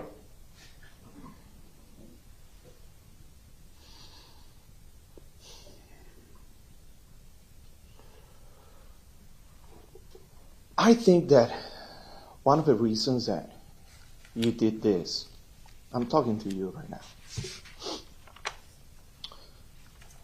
is to be famous. So I think that someone will steal that fame from you. whoever takes care of you will own that fame. And someone will.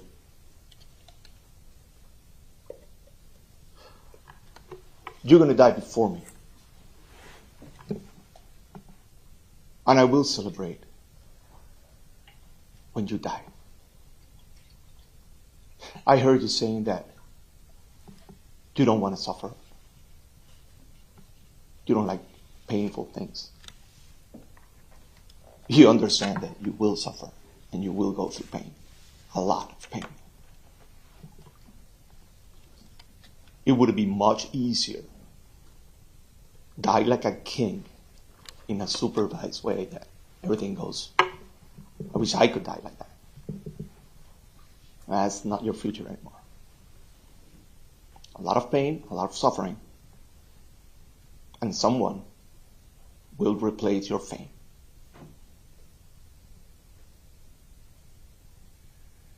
And I'm closing this chapter today, but you're not. Your chapter opens today.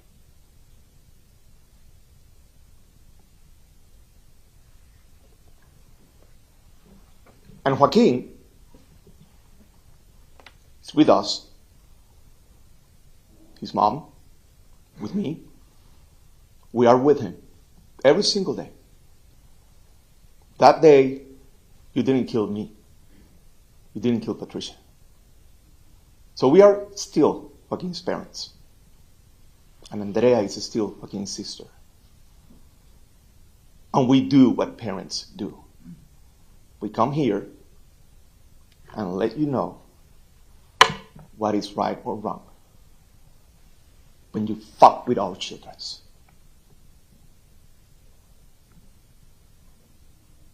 And a lot of people will hate all of you guys now. And they've seen your faces. And you can complain about what I'm saying right now. I don't care. Go ahead. I'm the last speaker, by the way, so I don't think nothing will happen if you say anything right now.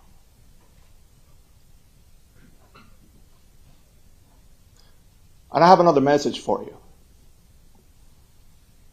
It's not cool what you did. All the kids, the youth, that along with Patricia and myself, worked tireless every single day on debating gun violence and change the future of this nation, hate you. So if you were trying to be the cool guy, you're not. You're the worst. How does it feel? Nobody likes you. Sad. You know who they love, Joaquin? They love him. They send him messages. He has followers, millions of followers for all around the planet. And they will keep on following Joaquin while you are afraid of going through pain and die because someone will steal your fame.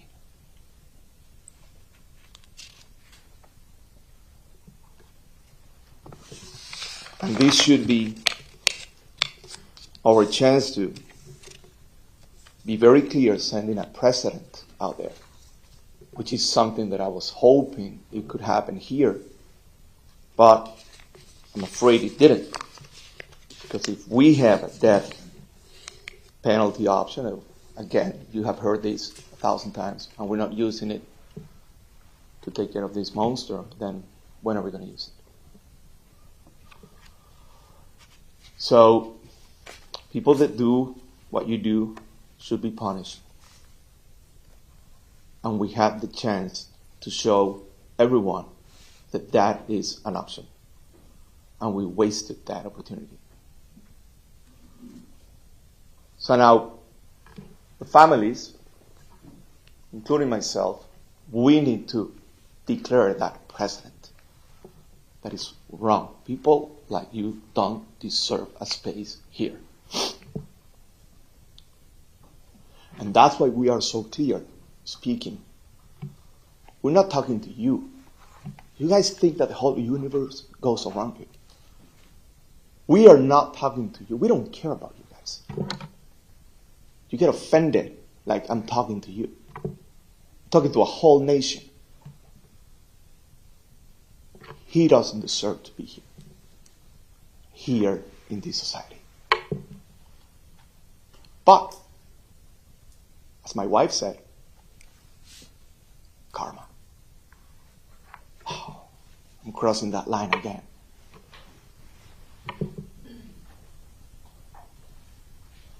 You did a great job. You did your best, and I know that. I can feel it. I saw it. And I admire all the families that were here, spending hours, days. I was with you. Trust me. I was crying in my office. Breakdowns. But I followed my friend's advice. Stay home, man. But not today, because today I can say whatever I want. And I can dress however I want.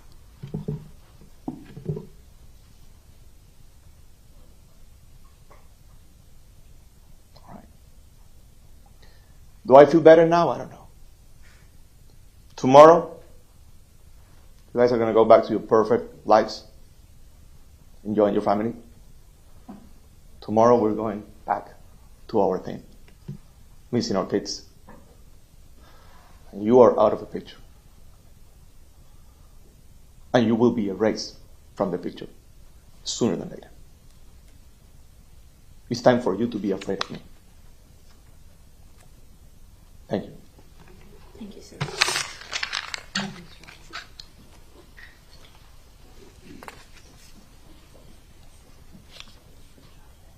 State has no more witnesses, Your Honor. Okay. Does the defense have any testimony or evidence that you wish to present at this time?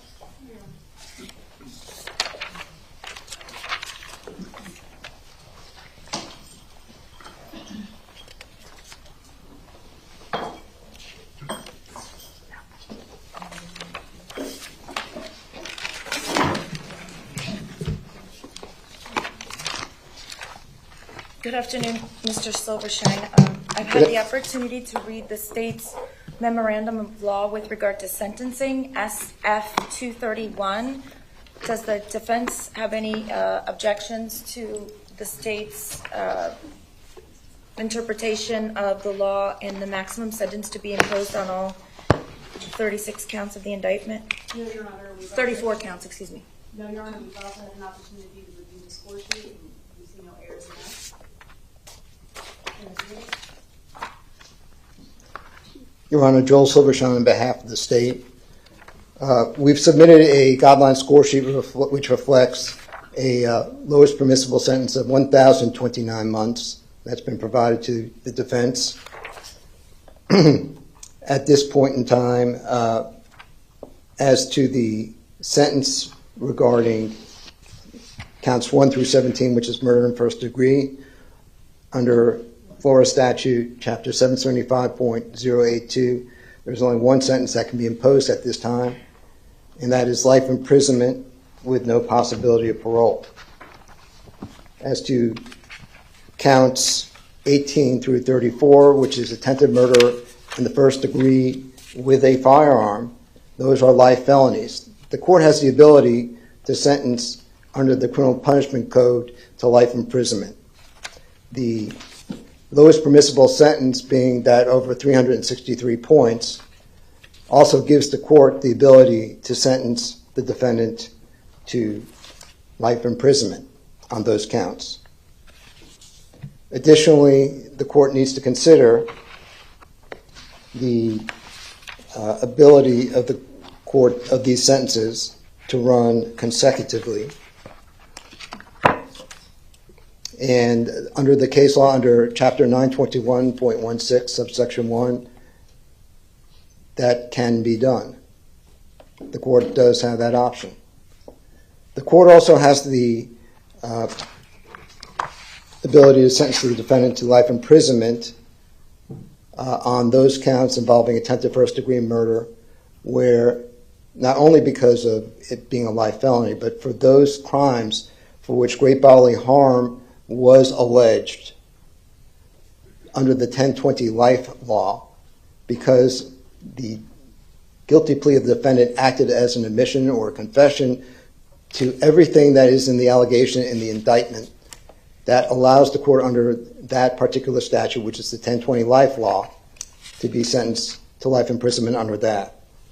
For those 9 counts which did not involve, which was not alleged to have great bodily injury, where there is possession and discharge alleged, those crimes must have a 20-year mandatory minimum, also assessed along with what the state will present will be a request for life imprisonment.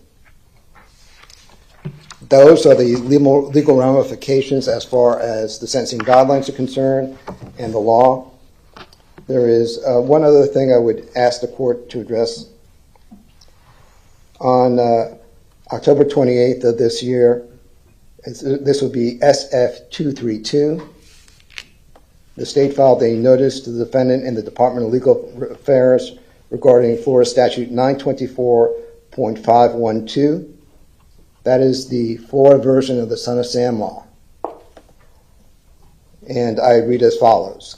Comes now the state of Florida by and through the undersigned Assistant State Attorney and gives notice to the defendant in the Department of Legal Affairs that the state of Florida intends to invoke the provisions of Florida Statute Section 944.512, commonly known as the Son of Sam law, should there be royalties, commissions, proceeds of sales, or any other thing of value payable to or accruing to the defendant or a person on his behalf, including any person to whom the proceeds may be transferred or assigned by gift or otherwise from any literary, cinematic, or other account of the crime for the crimes for which the defendant is convicted. Any proceeds will be distributed as provided by law. This has been provided to the defense. I have also contacted the Department of Legal Affairs, and they acknowledge receipt of this as well. And with that, I will defer to Mr. Satz. Your Honor, we would ask for the maximum sentence for the first 17 counts of the indictment of murder in the first degree. We would ask the court to sentence the defendant to consecutive life sentences for the 17 counts of first degree murder, and to counts 18 through 34, the attempted murder in the first degree. We would ask the court for each one of those 17 counts sentence the defendant to life in prison. Each one of those 18 to 34 counts to run consecutive to one another. And all 17 of those counts of attempted first degree murder all be consecutive to the first 17 counts. All 34 counts to run consecutive. All 34 life sentences. That is our ask. Thank you.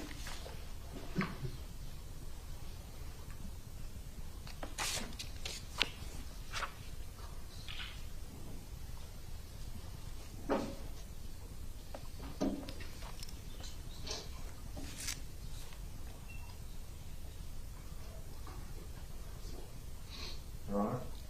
Yes. May I address the court on restitution for a moment? Sure. Judge, I need to supply to the defense and to the court 34 restitution orders, and we are asking the court to issue an individual restitution order for each of the victims of 34 counts, but to also reserve jurisdiction for the amount of restitution. I have been in touch with Mrs. Neal and informed her that we are still gathering the various numbers of paperwork for the individual victims and families. And I believe she was in agreement with the court ordering restitution, but setting aside and reserving jurisdiction for a later time to have a hearing on restitution. So there's no amount on any count currently. It's just you want me to enter an open order of ordering restitution and reserving as to the specific amount on each of the 34 counts. Yes.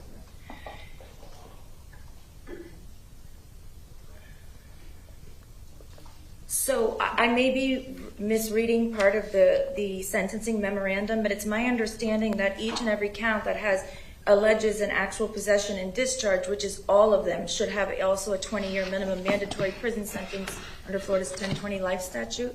No, Your Honor. There are 9 counts which do not allege great bodily harm. Okay. There are 8 counts which allege great bodily harm. Right. And under the 1020 life law, it's 25 to life. We're asking the court, in addition to the life sentence which the court can impose, also a life sentence under section 775.087. But wouldn't all of the 17 counts of attempted first-degree murder, because there was and it's not alleged anymore because he pled to it, a proven fact of discharging a firearm, wouldn't they all have 20-year minimum mandatory prison sentences? Some are 25 to life, of the way they are charged in the indictment. So I understand you're asking me to sentence all 17 counts of attempted first-degree murder to life in prison. Correct. With a 1020 life firearm minimum mandatory prison sentence. Depending on the way that the count is done.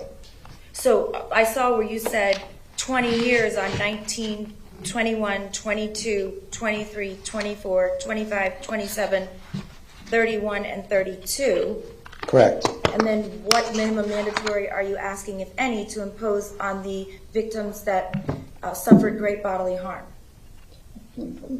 It's 25 to life. So it would be life imprisonment with a mandatory minimum life imprisonment under 775.087.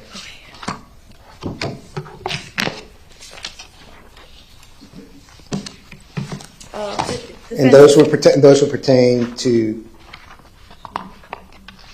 the following counts: 18, 20, 26, 28, 29, 30, 33, and 34. So it would be life mandatory under 775.087 for counts 18, 20, 26, 28, 29, 30, 33, and 34.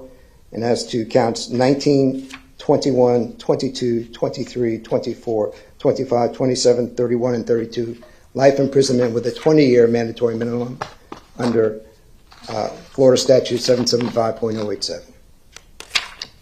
Defense, was that your understanding of the sentencing memorandum or the reasoning in the state sentencing memorandum? Yes, Your Honor, we're in agreement with the state. Your Honor, there's just one more matter. The state filed a notice for cost of prosecution of SF-233. I spoke to the defense. They're in agreement with the amount. I did attach an exhibit to justify the cost. I prepared an order for the court. You may. And while the sheriff's office, I don't believe there's a representative here, but I think the defense can answer my question. I received an agreed order as to civil restitution lien to Broward Sheriff's Office, but the amount is much different than what was originally asked for. And so that's why I hadn't signed it yet. So it is an agreed order between the defense and the Broward Sheriff's Office. I believe there's a statutory cap of $250,000. I believe that the cost of incarceration far exceeds that. So you all are agreeing to the statutory cap? Yes. And Okay. I have copies, if Your Honor needs it. I have the order right here. I just needed to reconcile the.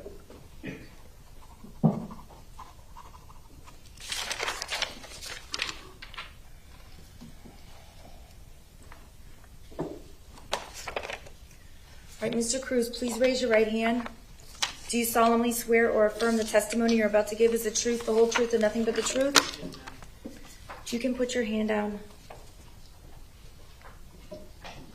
And Mr. Cruz, you pled guilty before this court on all 34 counts as alleged in the indictment on October 20th of 2021. At that time, I questioned you in depth as to your ability to understand the proceedings, your ability to consult with counsel, your ability to follow along. My observations of you during the course of the trial, including today, are that you are in fact following along, that you are in fact consulting with counsel when needed. and that you are not having any difficulty understanding the proceedings here today. Sir, has anything changed since the time that I accepted your plea, other than the fact that during your plea you were not on medication, and it's my understanding that you are now on medication? Is that correct? Yes. Are you taking your medication as prescribed by your medical physicians in the jail? You're not taking any more or any less, is that correct? And is your medication affecting your ability to understand what's going on here today? Are you having any trouble concentrating? Are you having any trouble understanding me when I'm speaking to you, or understanding any of the witnesses as they're speaking? And you're able to follow along sufficiently? Do you have any questions about what's going on today? Have you had sufficient time to speak with your lawyers? Okay, at this time, the court's previous finding that the defendant is making a knowing, intelligent, and voluntary waiver of his rights stands. I do believe that he is competent to go forward in this proceeding, and that's based upon his answers to my questions as well as the court's own observations of the defendant.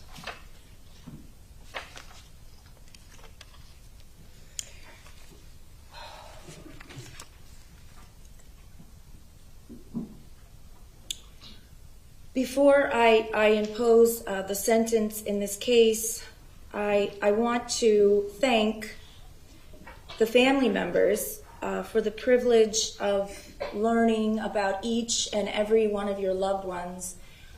I can tell you that they will not be forgotten, and I feel that I know each and every one of them by the personal stories that you have given. By way of example, Mr. Beagle, I remember as the witty teacher with the dry sense of humor,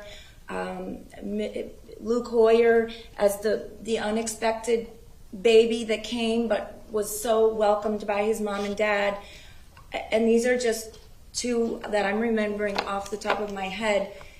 You all have been so strong and patient and graceful throughout this process, and I can't help but think of how I would behave or respond if I were in your shoes. And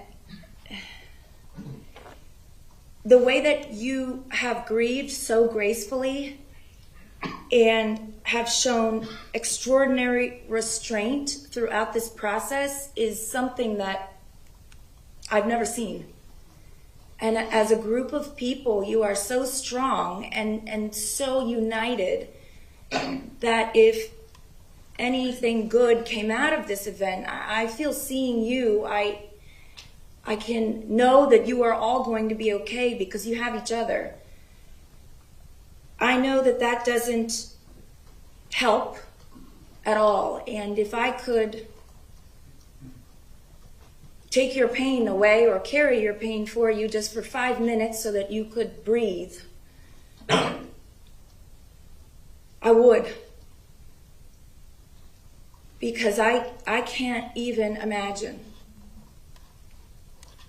what you go through each day.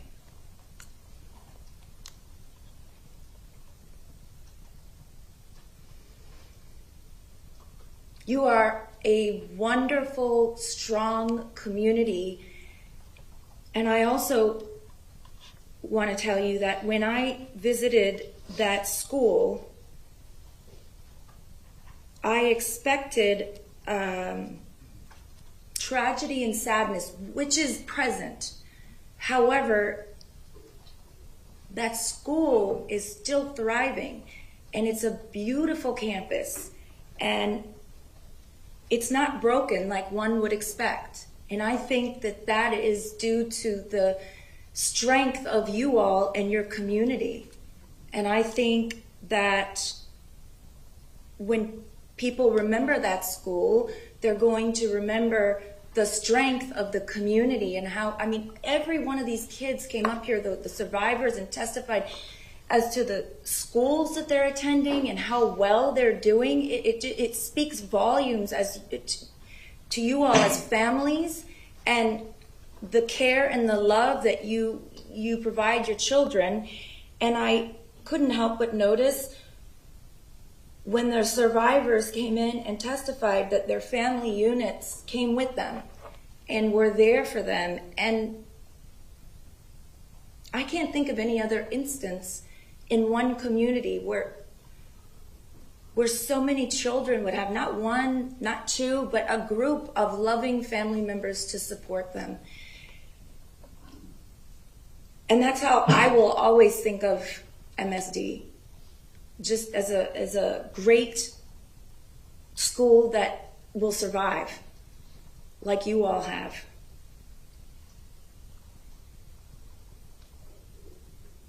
So many of you thanked me.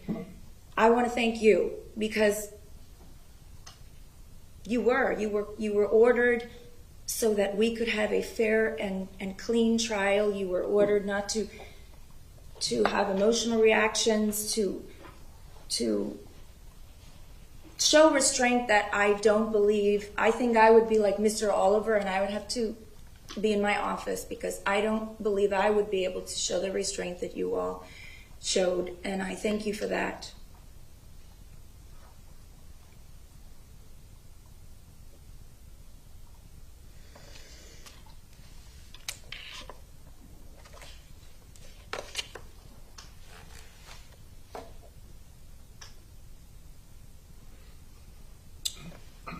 It's the sentence of the court as follows.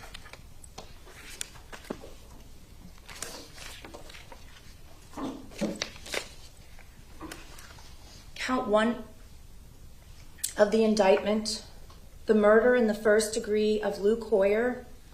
The court imposes a sentence of life in prison without the possibility of parole. Count 2 of the indictment, the murder in the first degree of Martin, Duque, and Quiano. The court imposes a mandatory life sentence without the possibility of parole. Count 3 of the indictment, the murder in the first degree of Gina Montalto. The court imposes a mandatory life sentence without the possibility of parole. Count 4 of the indictment, the murder in the first degree of Alexander Schachter. The court imposes a mandatory life sentence without the possibility of parole. Count 5 of the indictment, the murder in the first degree of Elena Petty. The court imposes a mandatory life sentence without the possibility of parole. Count 6 of the indictment for the murder in the first degree of Alyssa Al-Hadef. The court imposes a mandatory life sentence without the possibility of parole.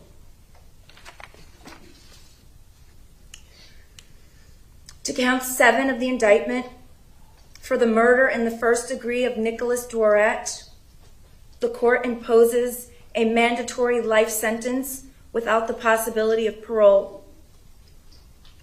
Count 8 for the murder in the first degree of Helena Ramsey, the court imposes a life sentence, mandatory life sentence without the possibility of parole. Count 9 for the murder in the first degree of Christopher Hickson, the court imposes a mandatory life sentence without the possibility of parole. Count 10 for the murder in the first degree of Carmen Schentrup, the court imposes a mandatory life sentence without the possibility of parole. Count 11 for the murder in the first degree of Aaron Feiss, the court imposes a mandatory life sentence without the possibility of parole. Count 12 for the murder in the first degree of Scott Beagle, the court imposes a mandatory life sentence without the possibility of parole. Count 13, the murder in the first degree of Meadow Pollock, The court imposes a mandatory life sentence without the possibility of parole.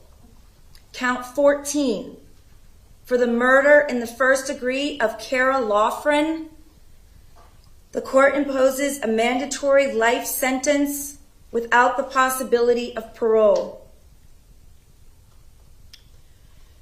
Count 15, for the murder in the first degree of Joaquin Oliver, the court imposes a mandatory life sentence without the possibility of parole. Count 16, for the murder in the first degree of Jamie Gutenberg, the court imposes a mandatory life sentence without the possibility of parole. Count 17, for the murder in the first degree of Peter Wang, the court imposes a mandatory life sentence without the possibility of parole. Count 18, for the attempted murder in the first degree of Ashley Baez, the court imposes a life sentence with a minimum mandatory, Mr. Silverstein, it's 25 to life? Yeah. Or do I? We're asking for life, Your Honor. With a mandatory life sentence under Florida's 1020 life statute.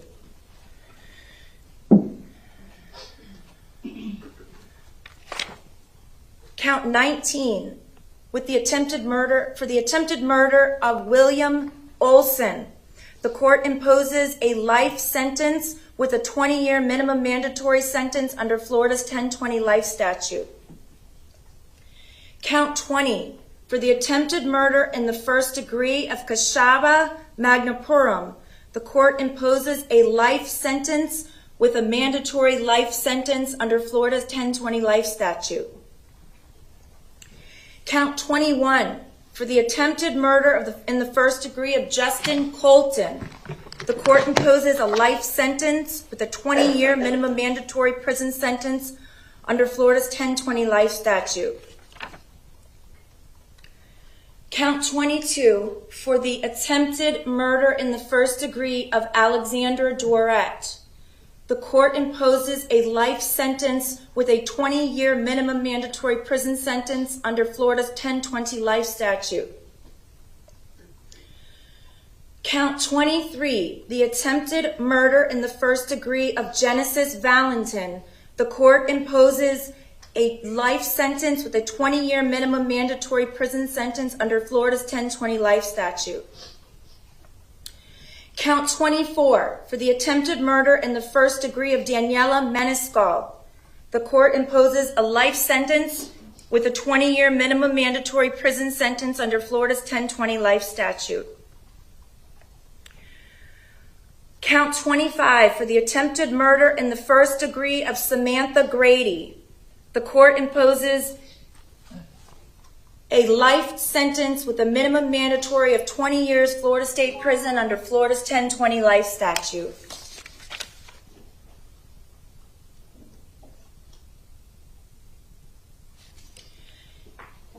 Count 26, for the attempted murder, Mr. Silverstein, I see you're standing up. Did I Just in case. misspeak? Okay.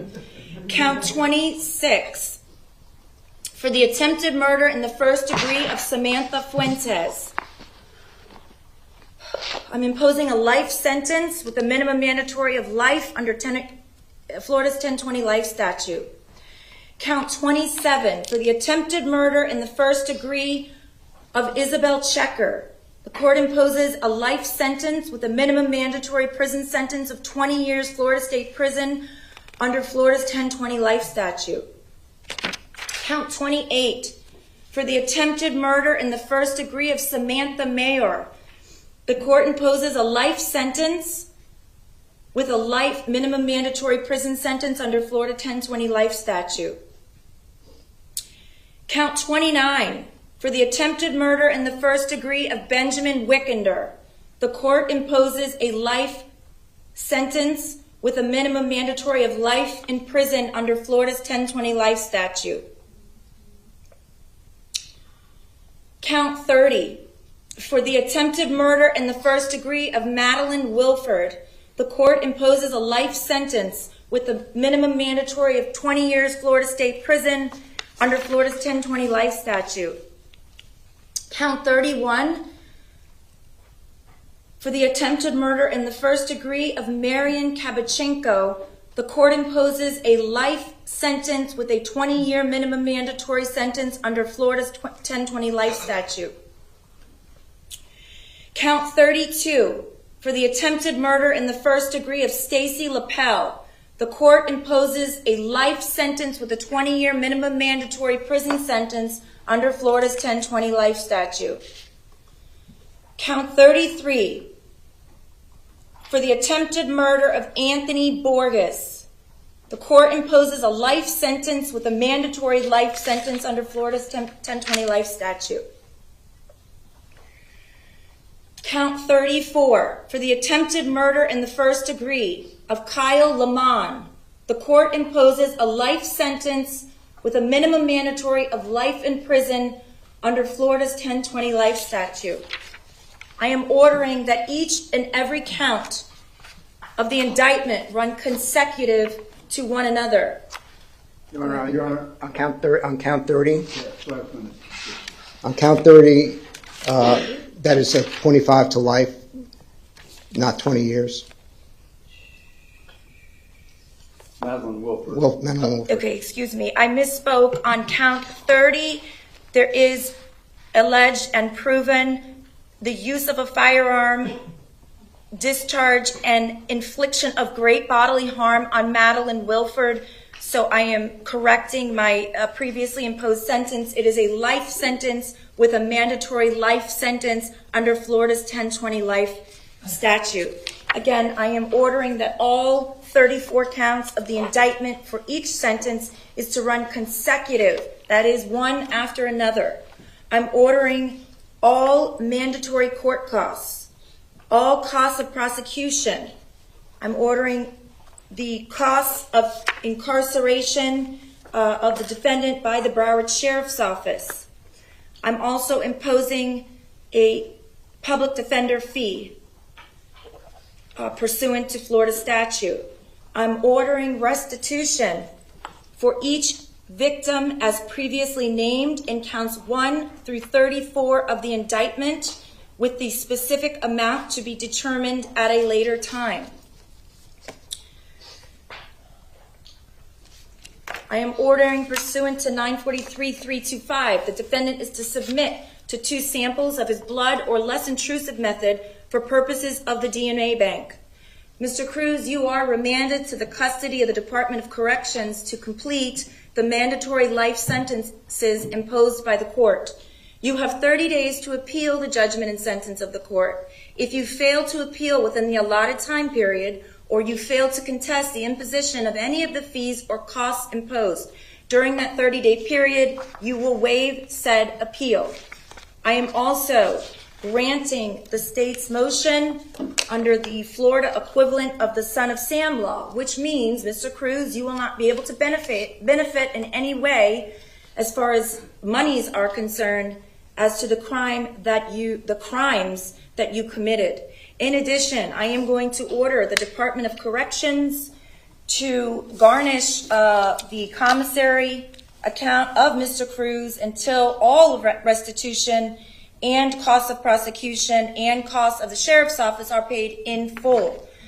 The Department of Corrections, I don't know where you're going, but they can assign that duty to their local office, where they will charge an applicable fee and garnish your commissary until all of these amounts that I have previously ordered are paid in full, specifically the costs of the sheriff, the state, and any restitution that is ordered.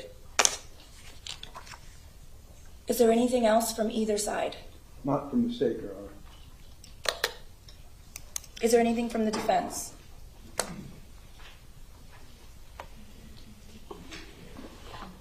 Your Honor, the defense waives the PSI at this point.